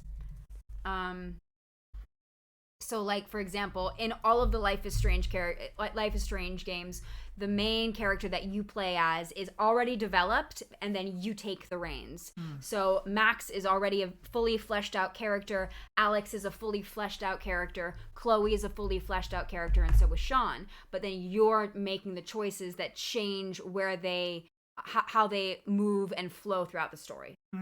Yeah, for sure. For sure. And of course, I mean, this is going to be a subsection of people who are here already for Life is Strange, so I'm not surprised that the existing character in the story is winning. Yeah. I think if we were doing this on The Witcher or Mass Effect, we would find people would want to have a greater degree, or Cyberpunk, of control over their character. That is true, though. Dame Deviant, that's the truth. Hours of character creation, and you never see their face. Except if you go into the... one very particular mirror. I felt the same way. Yeah. I felt the same way. I was like, but we got such a good face. Why can't I see it? All right. Existing character in the story. Just fine. Okay. Just maybe the next thing that we can chat about is the powers in this game, which is also part of the game mechanics. So game mechanic is how you literally play the game, the things that are that move the story along, that make it gameized. So the powers in Life is Strange is a huge part of what sets the series apart, in my opinion. Being able to have this So we're going just to give a definition to game mechanics. These are the rules that govern and guide the player's actions as well as the game's response to them. It's the input and the output. It's the computery, calculatory part of the game that doesn't exist in a movie. We've been talking about the story, and the story could be true of a film or TV show. Yeah. But in this, the game mechanics will be very different depending on what kind of game you're playing. Less slow walking. IRL. Yeah, this is a game dev tycoon. You're playing it right now. Like no jumping in Resident Evil 2, or if you're Kratos. Game mechanics. And maybe we could do this for all of them, not for necessarily one game or the other. We can talk about all Life is Strange games now. That the choices don't have a timer. That's true. The choices don't have a timer. Choices, so they're dialogue choices, but they don't have a timer. Choices without timer. An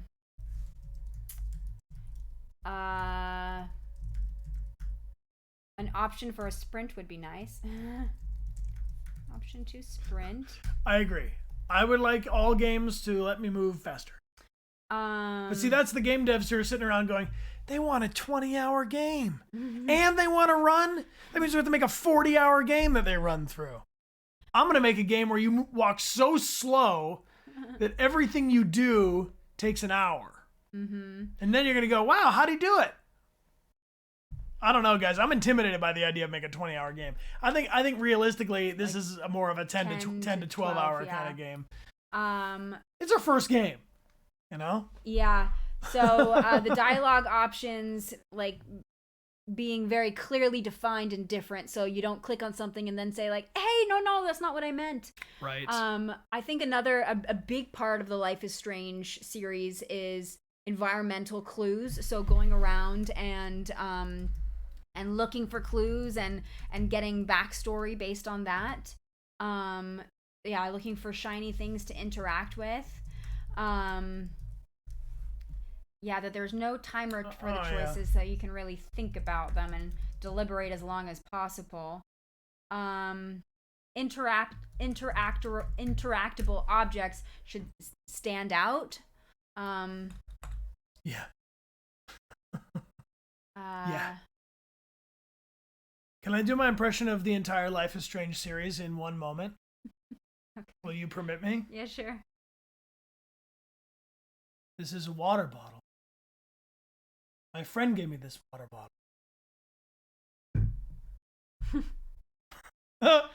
That's true. So the big difference also with Life is Strange versus let's say like the Until Dawn Dark Pictures anthology is that not all of the things that you interact with have anything to do necessarily with like the more immediate story.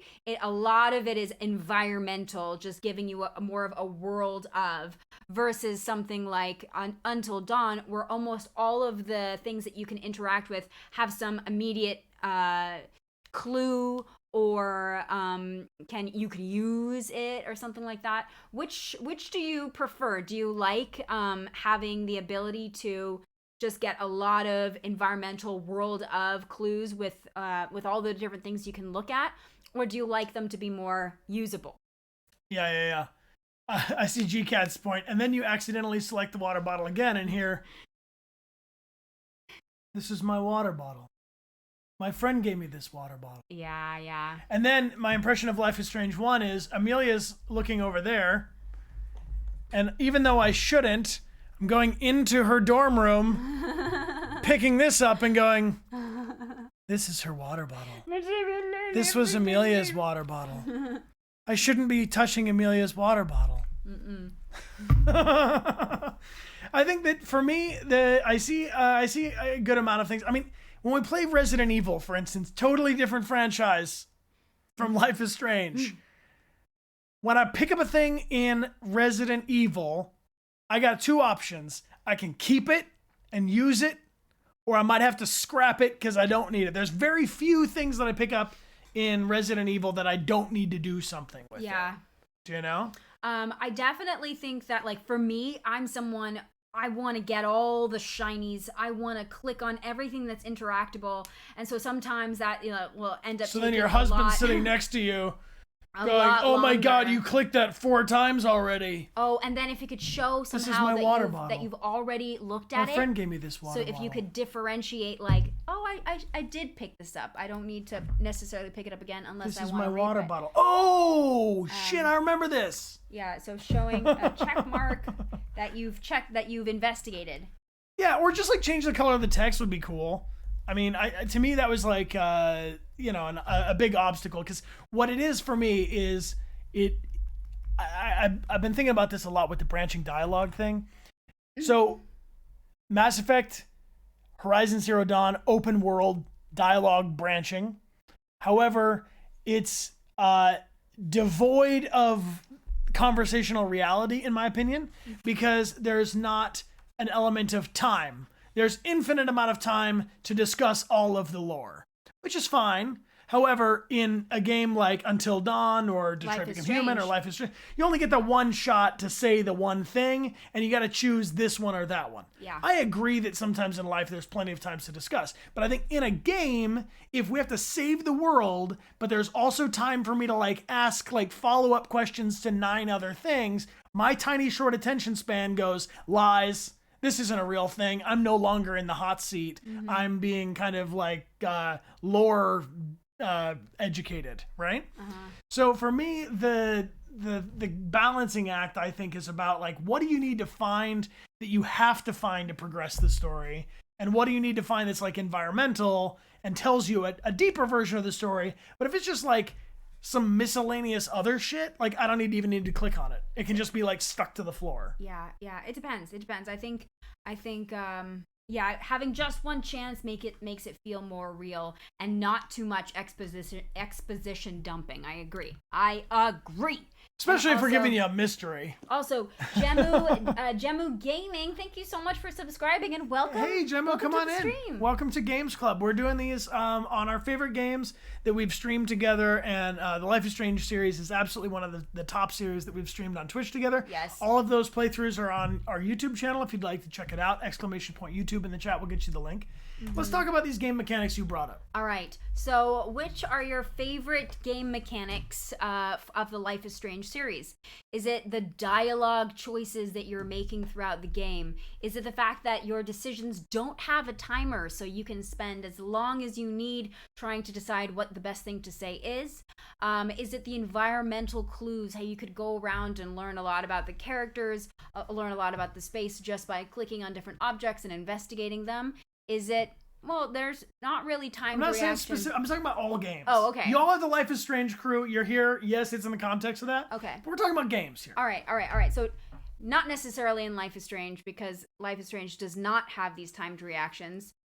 Which is your favorite thing? Is it having an inventory or key items or any of these other things?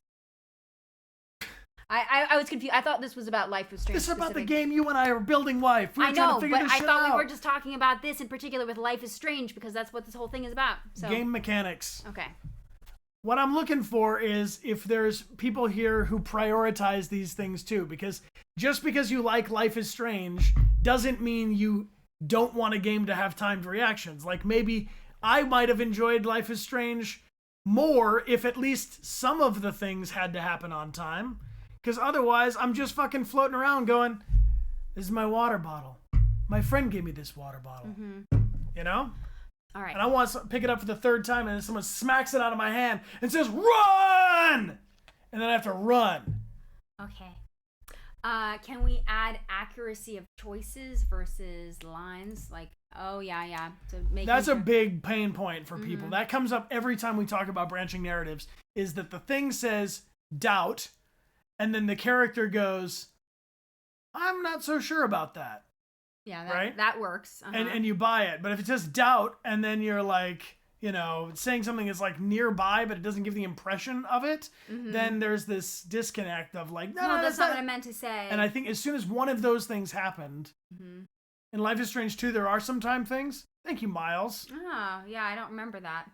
Also, hey. Jemu, thank you so much. Thank you. Appreciate you. Thank you for the gifted subs. Thank you for the gift sub group hug. Appreciate you being with us. If you got one of those gifted subs from Jemu Gaming, please be sure to say thank you. And you can check out the starter kit, which is down below.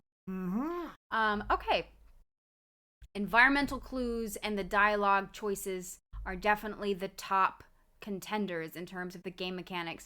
Timed reactions seem to stress people out a little bit. Well, they would rather have it without a timer. And then the inventory key items is the most unhype. Y'all don't fuck with the fourth dimension, huh? What do you mean? What do you mean, what do I mean? I don't know. Elaborate. The fourth dimension is time! It's a three-dimensional object, but it's also here in the present moment. So it's here in time. It's here also in the fourth dimension. If it's here always, there's no immediacy to it. But it's here now. Oh, man. Okay, I was confused. Wrong I thought you were crowd. talking about inventory. No, I'm not talking about inventory. Dialogue choices. Who gave it to you? My friend gave me this water bottle. Don't you know that? How could you not know that at this point? Okay, yeah, so a balance between some timed choices, but then, and making sure that they're very clear so that there's not kind of wishy-washy and it's like a more, more specific, like maybe 2 words so that you're not having to read the whole thing while you're also being timed. Yeah, I think that makes sense. All right, cool. You got all those ones? The good ones? Write down only Brian and 9% of people like time choices. I think that time choices are good, but You can always pause it, you cowards. It's Whoa! All right. I'm just saying, like, in life, there's some time choices. There will be some life and death situation, like, you know, I don't know, like the Dark Picture anthology, right? Because we talked about Until Dawn. One of the things we have discussed liking about the Dark Picture anthology is that there's timed shit that happens. Yes. And in Detroit Become Human, you paused it when you had to make some big decision. Same. So, like, if you really need to, you could. But it definitely adds to the tension and the stress of it. It keeps you on the edge of your seat. It keeps you on the edge of your seat, that's for sure. I do like for those big, like at the end of Life is Strange, when you're making a huge choice of The like screen kind of whether to, you know, save Bay or the Bay, or whether to stay in the town or leave and have a wild adventure. Like it gives you the time to really weigh the options back and forth. And that's one thing that I really especially love about the Life is Strange series, is that after all of these choices, then it's like, okay, here's the big one. Take all the time you need, because you're making like the most epic choice that you're going to make in this game. Right. Which, I mean, like, if you're going to move away, it took me like a year to decide to move to LA from New York. Like a literal year. I thought about making that same thing. So that one doesn't have to have a time. Timed reactions. Or even if it's not a timed reaction, if you're sitting there and someone's like, hey, do you want apple juice or orange juice? And you just sit there thinking about those two decisions. I would like, after like 25 seconds pass, the NPC to say, hey, hello, you still thirsty? Yeah. Because otherwise, for me, it's just about breaking the cinematic narrative reality of, you know, not having the other character just zones out. You know, like Hank doesn't do that. No. Hank would smack you in the head. Yeah. He'd be like, come on. All right. So to close out, what are some of, I'm going to just review with all of the stuff that we talked about in Life is Strange and what today. you want to do with the next hour, or what's your vibe? Should we roll it? I feel like we've kind of covered the main ones. The main peeps? Yeah. All right. So your favorite thing about Life is Strange 1, which is where we began, was the characters and their development, followed by the story and the emotion, then the power. Your favorite character was Chloe, and you loved the most about that her look, the way that she presented herself, her attitude, the growth that she had throughout the game, her rebelliousness, that she was in the LGBTQ plus community, her backstory, that she was confident, that there was tragedy to her. She had a traumatic past, and that made her really complex and flawed. She was relatable and angsty, full of rage. She had a great voice. She had loyalty to Rachel when nobody else cared, and was also humorous and fleshed out. You also really liked that she started off as a character that had a lot of walls up, and then throughout the journey, she became more vulnerable. She also was a very angry character to begin with, and she learned forgiveness.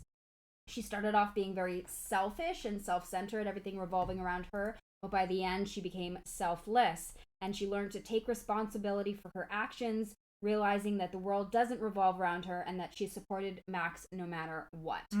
But you also liked that she was a supporting character and maybe would have been a little too much as a main character, because what you liked most about Max, who was the main character, was that she was relatable, she had a conflict in her choices, she was empathetic and calm, she was imperfect, introverted, wanted to help people, but was also burdened with insecurities, imposter syndrome, and was kind of didn't really necessarily believe in herself fully. But she... Yeah, because that leaves somewhere for discovery, you know? But she was honest, and she had a really cool power, and which made her down to earth. Kate was your third favorite character, and you loved the most that her story broke your heart, that she was someone who your choices where you had a big responsibility in her story arc, making her either life or death choices. She was also naive and sweet. Mr. Jefferson was the perfect amount of evil for your taste, because he was manipulative, he was a hypocrite, and he was unexpectedly the villain. It was a big twist, and which made you feel really betrayed, and that he had hidden so well. Yeah, a lot of tension in that. But he was charming, and was very good at hiding in plain sight. When we asked you generally about protagonists and playable characters, you said that your favorite types of playable characters are flawed, who have the odds stacked against them, that are in believable moral dilemmas, that have strong goals and ambitions, but are dealing with an internal struggle, maybe to find themselves, and are dealing with it, morals versus orders. And then they have some growth, and that you can mold them into your own. Talking about the story of Life is Strange 1, your favorite part was that solving the mystery, and then the twist, and then the character relationships. Then the fact that it had some really strong IRL issues, and that you had a power to be able to reverse time. Life is Strange Before the Storm was your favorite part about that story was that it was a continuation of the characters that you already loved from Life is Strange, the original.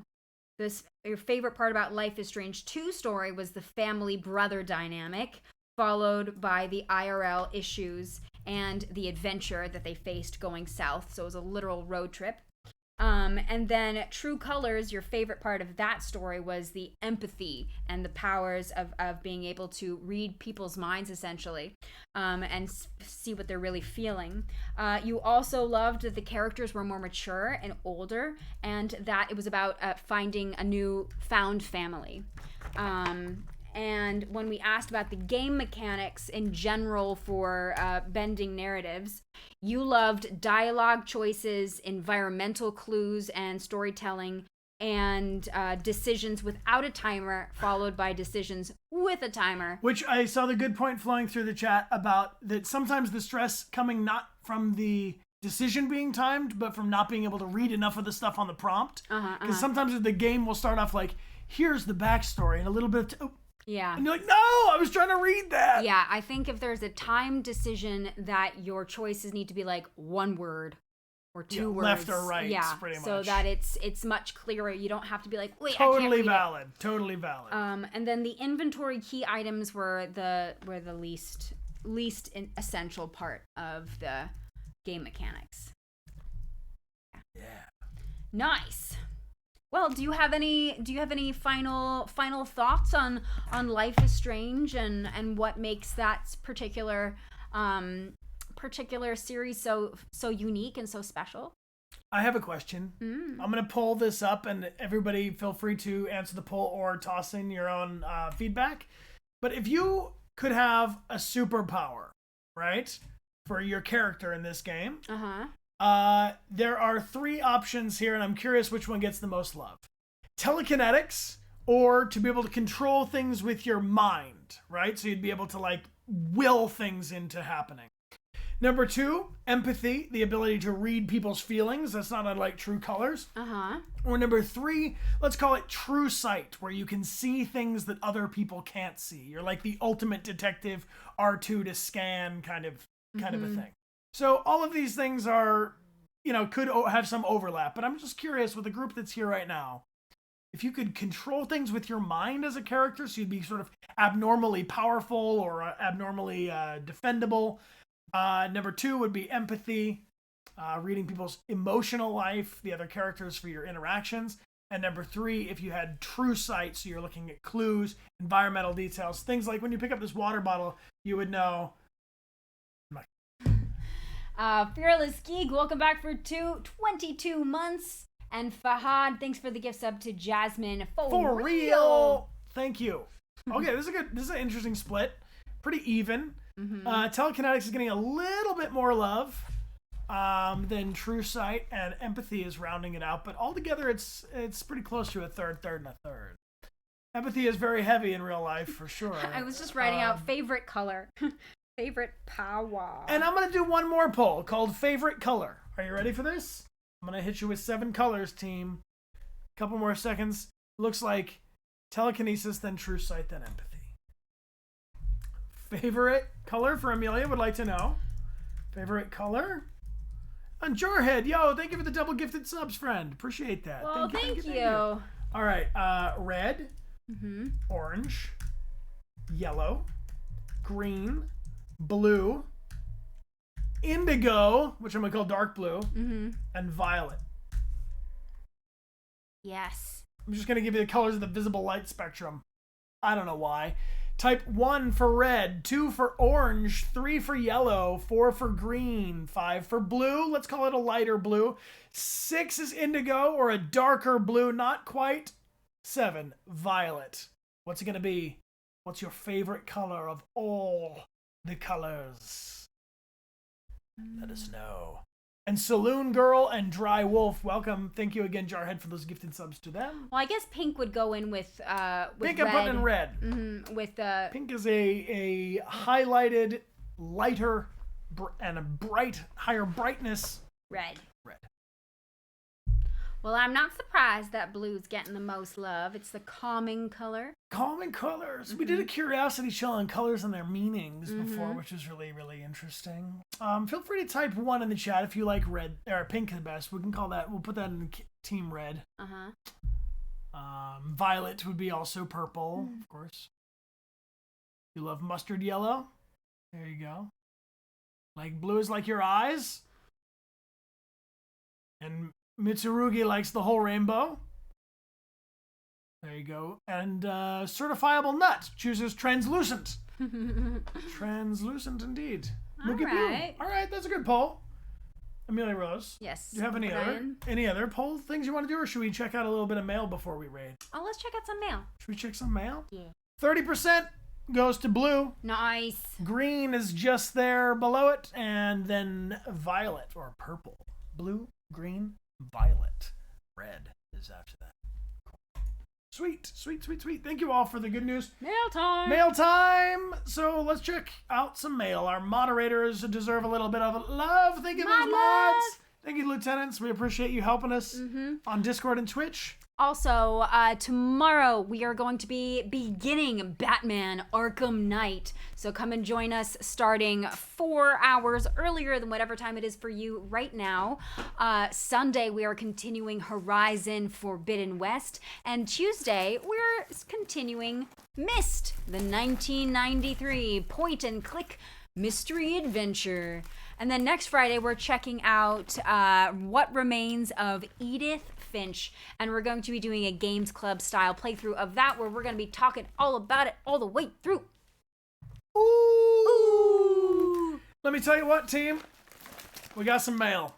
This mail comes from the land of Canada. Yes. Which is not too far away from America, but it's far away from Southern California. Yeah. So this box has traveled quite some distance to come to us, and it was sent to us by Liz, Blue Makai, Bigger Chizu, and Chevalier Hamster have sent us a letter here. And Amelia, you want to... Ooh. My gosh, show them the contents of this box. These are some pretty epic things. We got ketchup chips, ketchup flavored chips.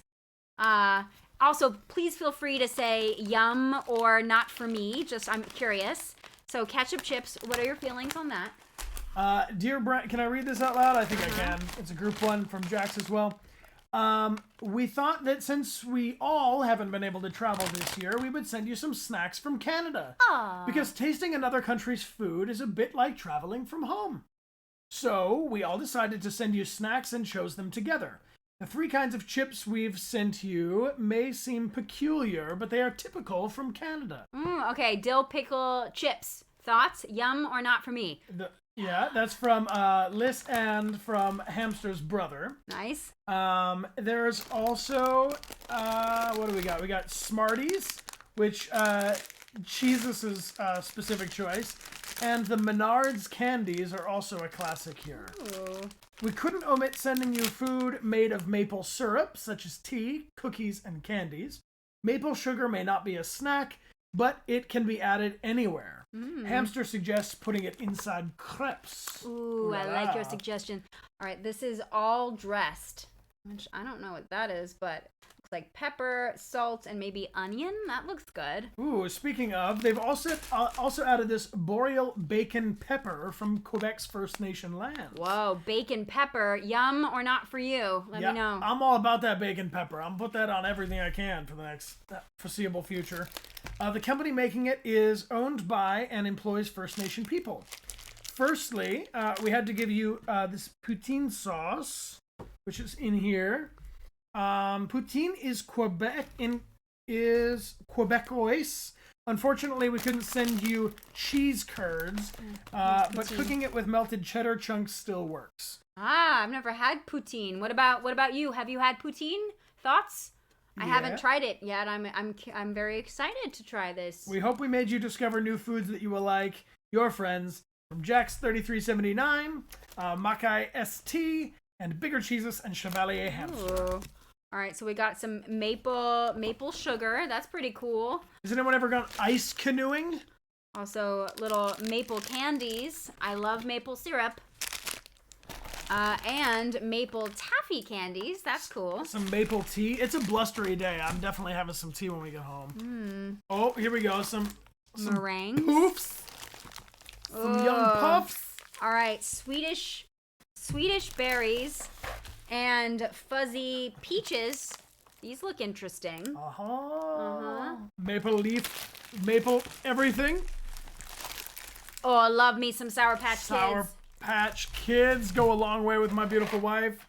And the Smarties, of course. Thank you for sending us this. Oh, I'm so excited. Honestly, I'm looking forward to being able to travel again soon. Amelia and I are going to be traveling a little bit in April. Will be probably the first time we've gone anywhere in a long time. Yeah.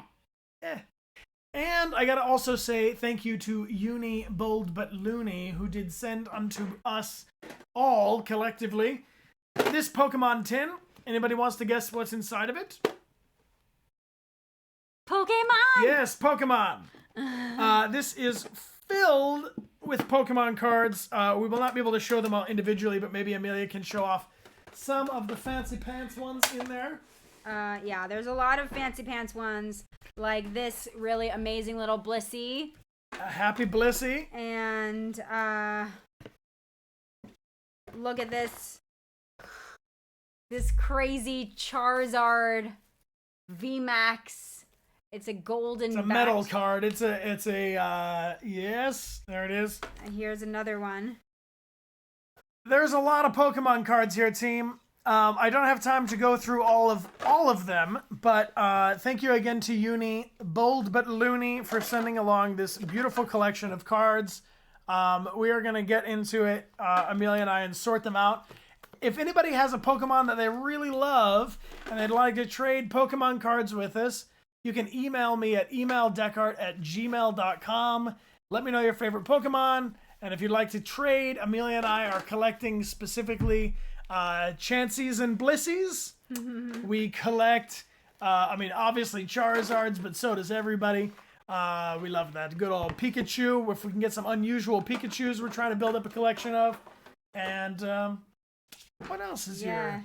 Not Mr. Mime. Mr. Mime we can... No, you can keep those, Mr. Mimes. We got a lot. I don't have any Lucarios. No. But if we find one in this big bin, I will keep you posted. That one has not made itself known. That one seems a little more... But we do have this one, Ampharos V. Amorphous V? I don't know. I make my own names up. So. She does. I do. Beautiful. Beautiful, beautiful. Thank you again to everybody. You're very sweet to send us things. Totally don't need to do that. But you do, and it's very sweet of you. Yes. Also, besides announcing that we're going to play What Remains of Edith Finch next Friday, the Friday that follows it is my birthday. And I'm going to be doing a little birthday stream, which is going to be a ton of fun because we have a super cool prize. It is a gaming chair by Secret Labs in the theme of The Witcher. And it's really cool. So I'm going to give it away to somebody on our... Yes. All right, they are continuing. Let's do it. I think a Life is Strange raid is a perfect plan. Yes. Right? I think so. I love French Stallion too, but if we got a Life is Strange streamer, let's see. The mods will hit me with it. Let me know what's good. Yes. Thank you, everybody. Thank you so much for all of your insight about Life is Strange and just for talking to us about all of these different games, because it makes a huge, huge impact and is very, very helpful as Brian and I develop our own branching narrative mystery game. So thank you so much for all of your insight. It's hugely, hugely helpful. It is. It really is. I mean, you are making decisions even when we're not streaming with you, because when Amelia and I are discussing things and we go back and forth, and then I bring up like, time decisions. She's going to go, nope. They don't like them as much. They want important decisions, not timed decisions. You see? So you are literally bending the future of this game dev thing with us. So thank you. Thank you for being with us. Yes, and we're excited to share more with you as it progresses along. All right. Yes. Maybe they'll toggle this off when we raid them, or if you guys like what they're up to, you can drop a follow on their channel. This streamer is streaming Life is Strange, but they are in follower only mode, probably because they don't know that we come in peace. We come in peace. So when we raid them, can we please say, we come in peace, we send you love? Maybe just we send you love, because we come in peace means that they're anticipating no love. All right, we come with love. We come with love. Love for Life is Strange. And if you like what they're up to, drop a follow on their channel. I think you may have to follow to type in their chat. But let's go show some love on another streamer's channel. It's one of my favorite things about Twitch, is that we can end a stream by raiding to another one. Yes. Keep the party going. Thank you again to everybody who gave a gifted sub, one or many, on today's stream. Very, very grateful for you. Thank you. Thank you. My name is Brian. My name's Amelia. And this is our Twitch. Mr. the Potato Jr., thank you for the gifted subs. Thank you. Appreciate you, friends. The raid is coming on up here in 3, 2, 1. Oh, wait. Miss Okami. Thank you. Thank you, sweet friend. We appreciate you, Miss Okami. Thank you for the gifted subs, loves. Let's get it going, shall we? Yes. Now the raid is happening for real this time. Let's raid in 3. Jemu Gaming, thank you. Appreciate you. Thank you so much. Thank you for the good love at the end of the stream. If you got one of those gifted subs from these awesome recruiters, please say thank you to them. And if you are new to the channel, check out the starter kit. It'll show you the way around. Yeah, down below. Appreciate you. That's fantastic. And I think we'll do it. I think we'll raid now. Let's do it. Life is Strange. Let's get the raid going in 3, 2, 1. Raid!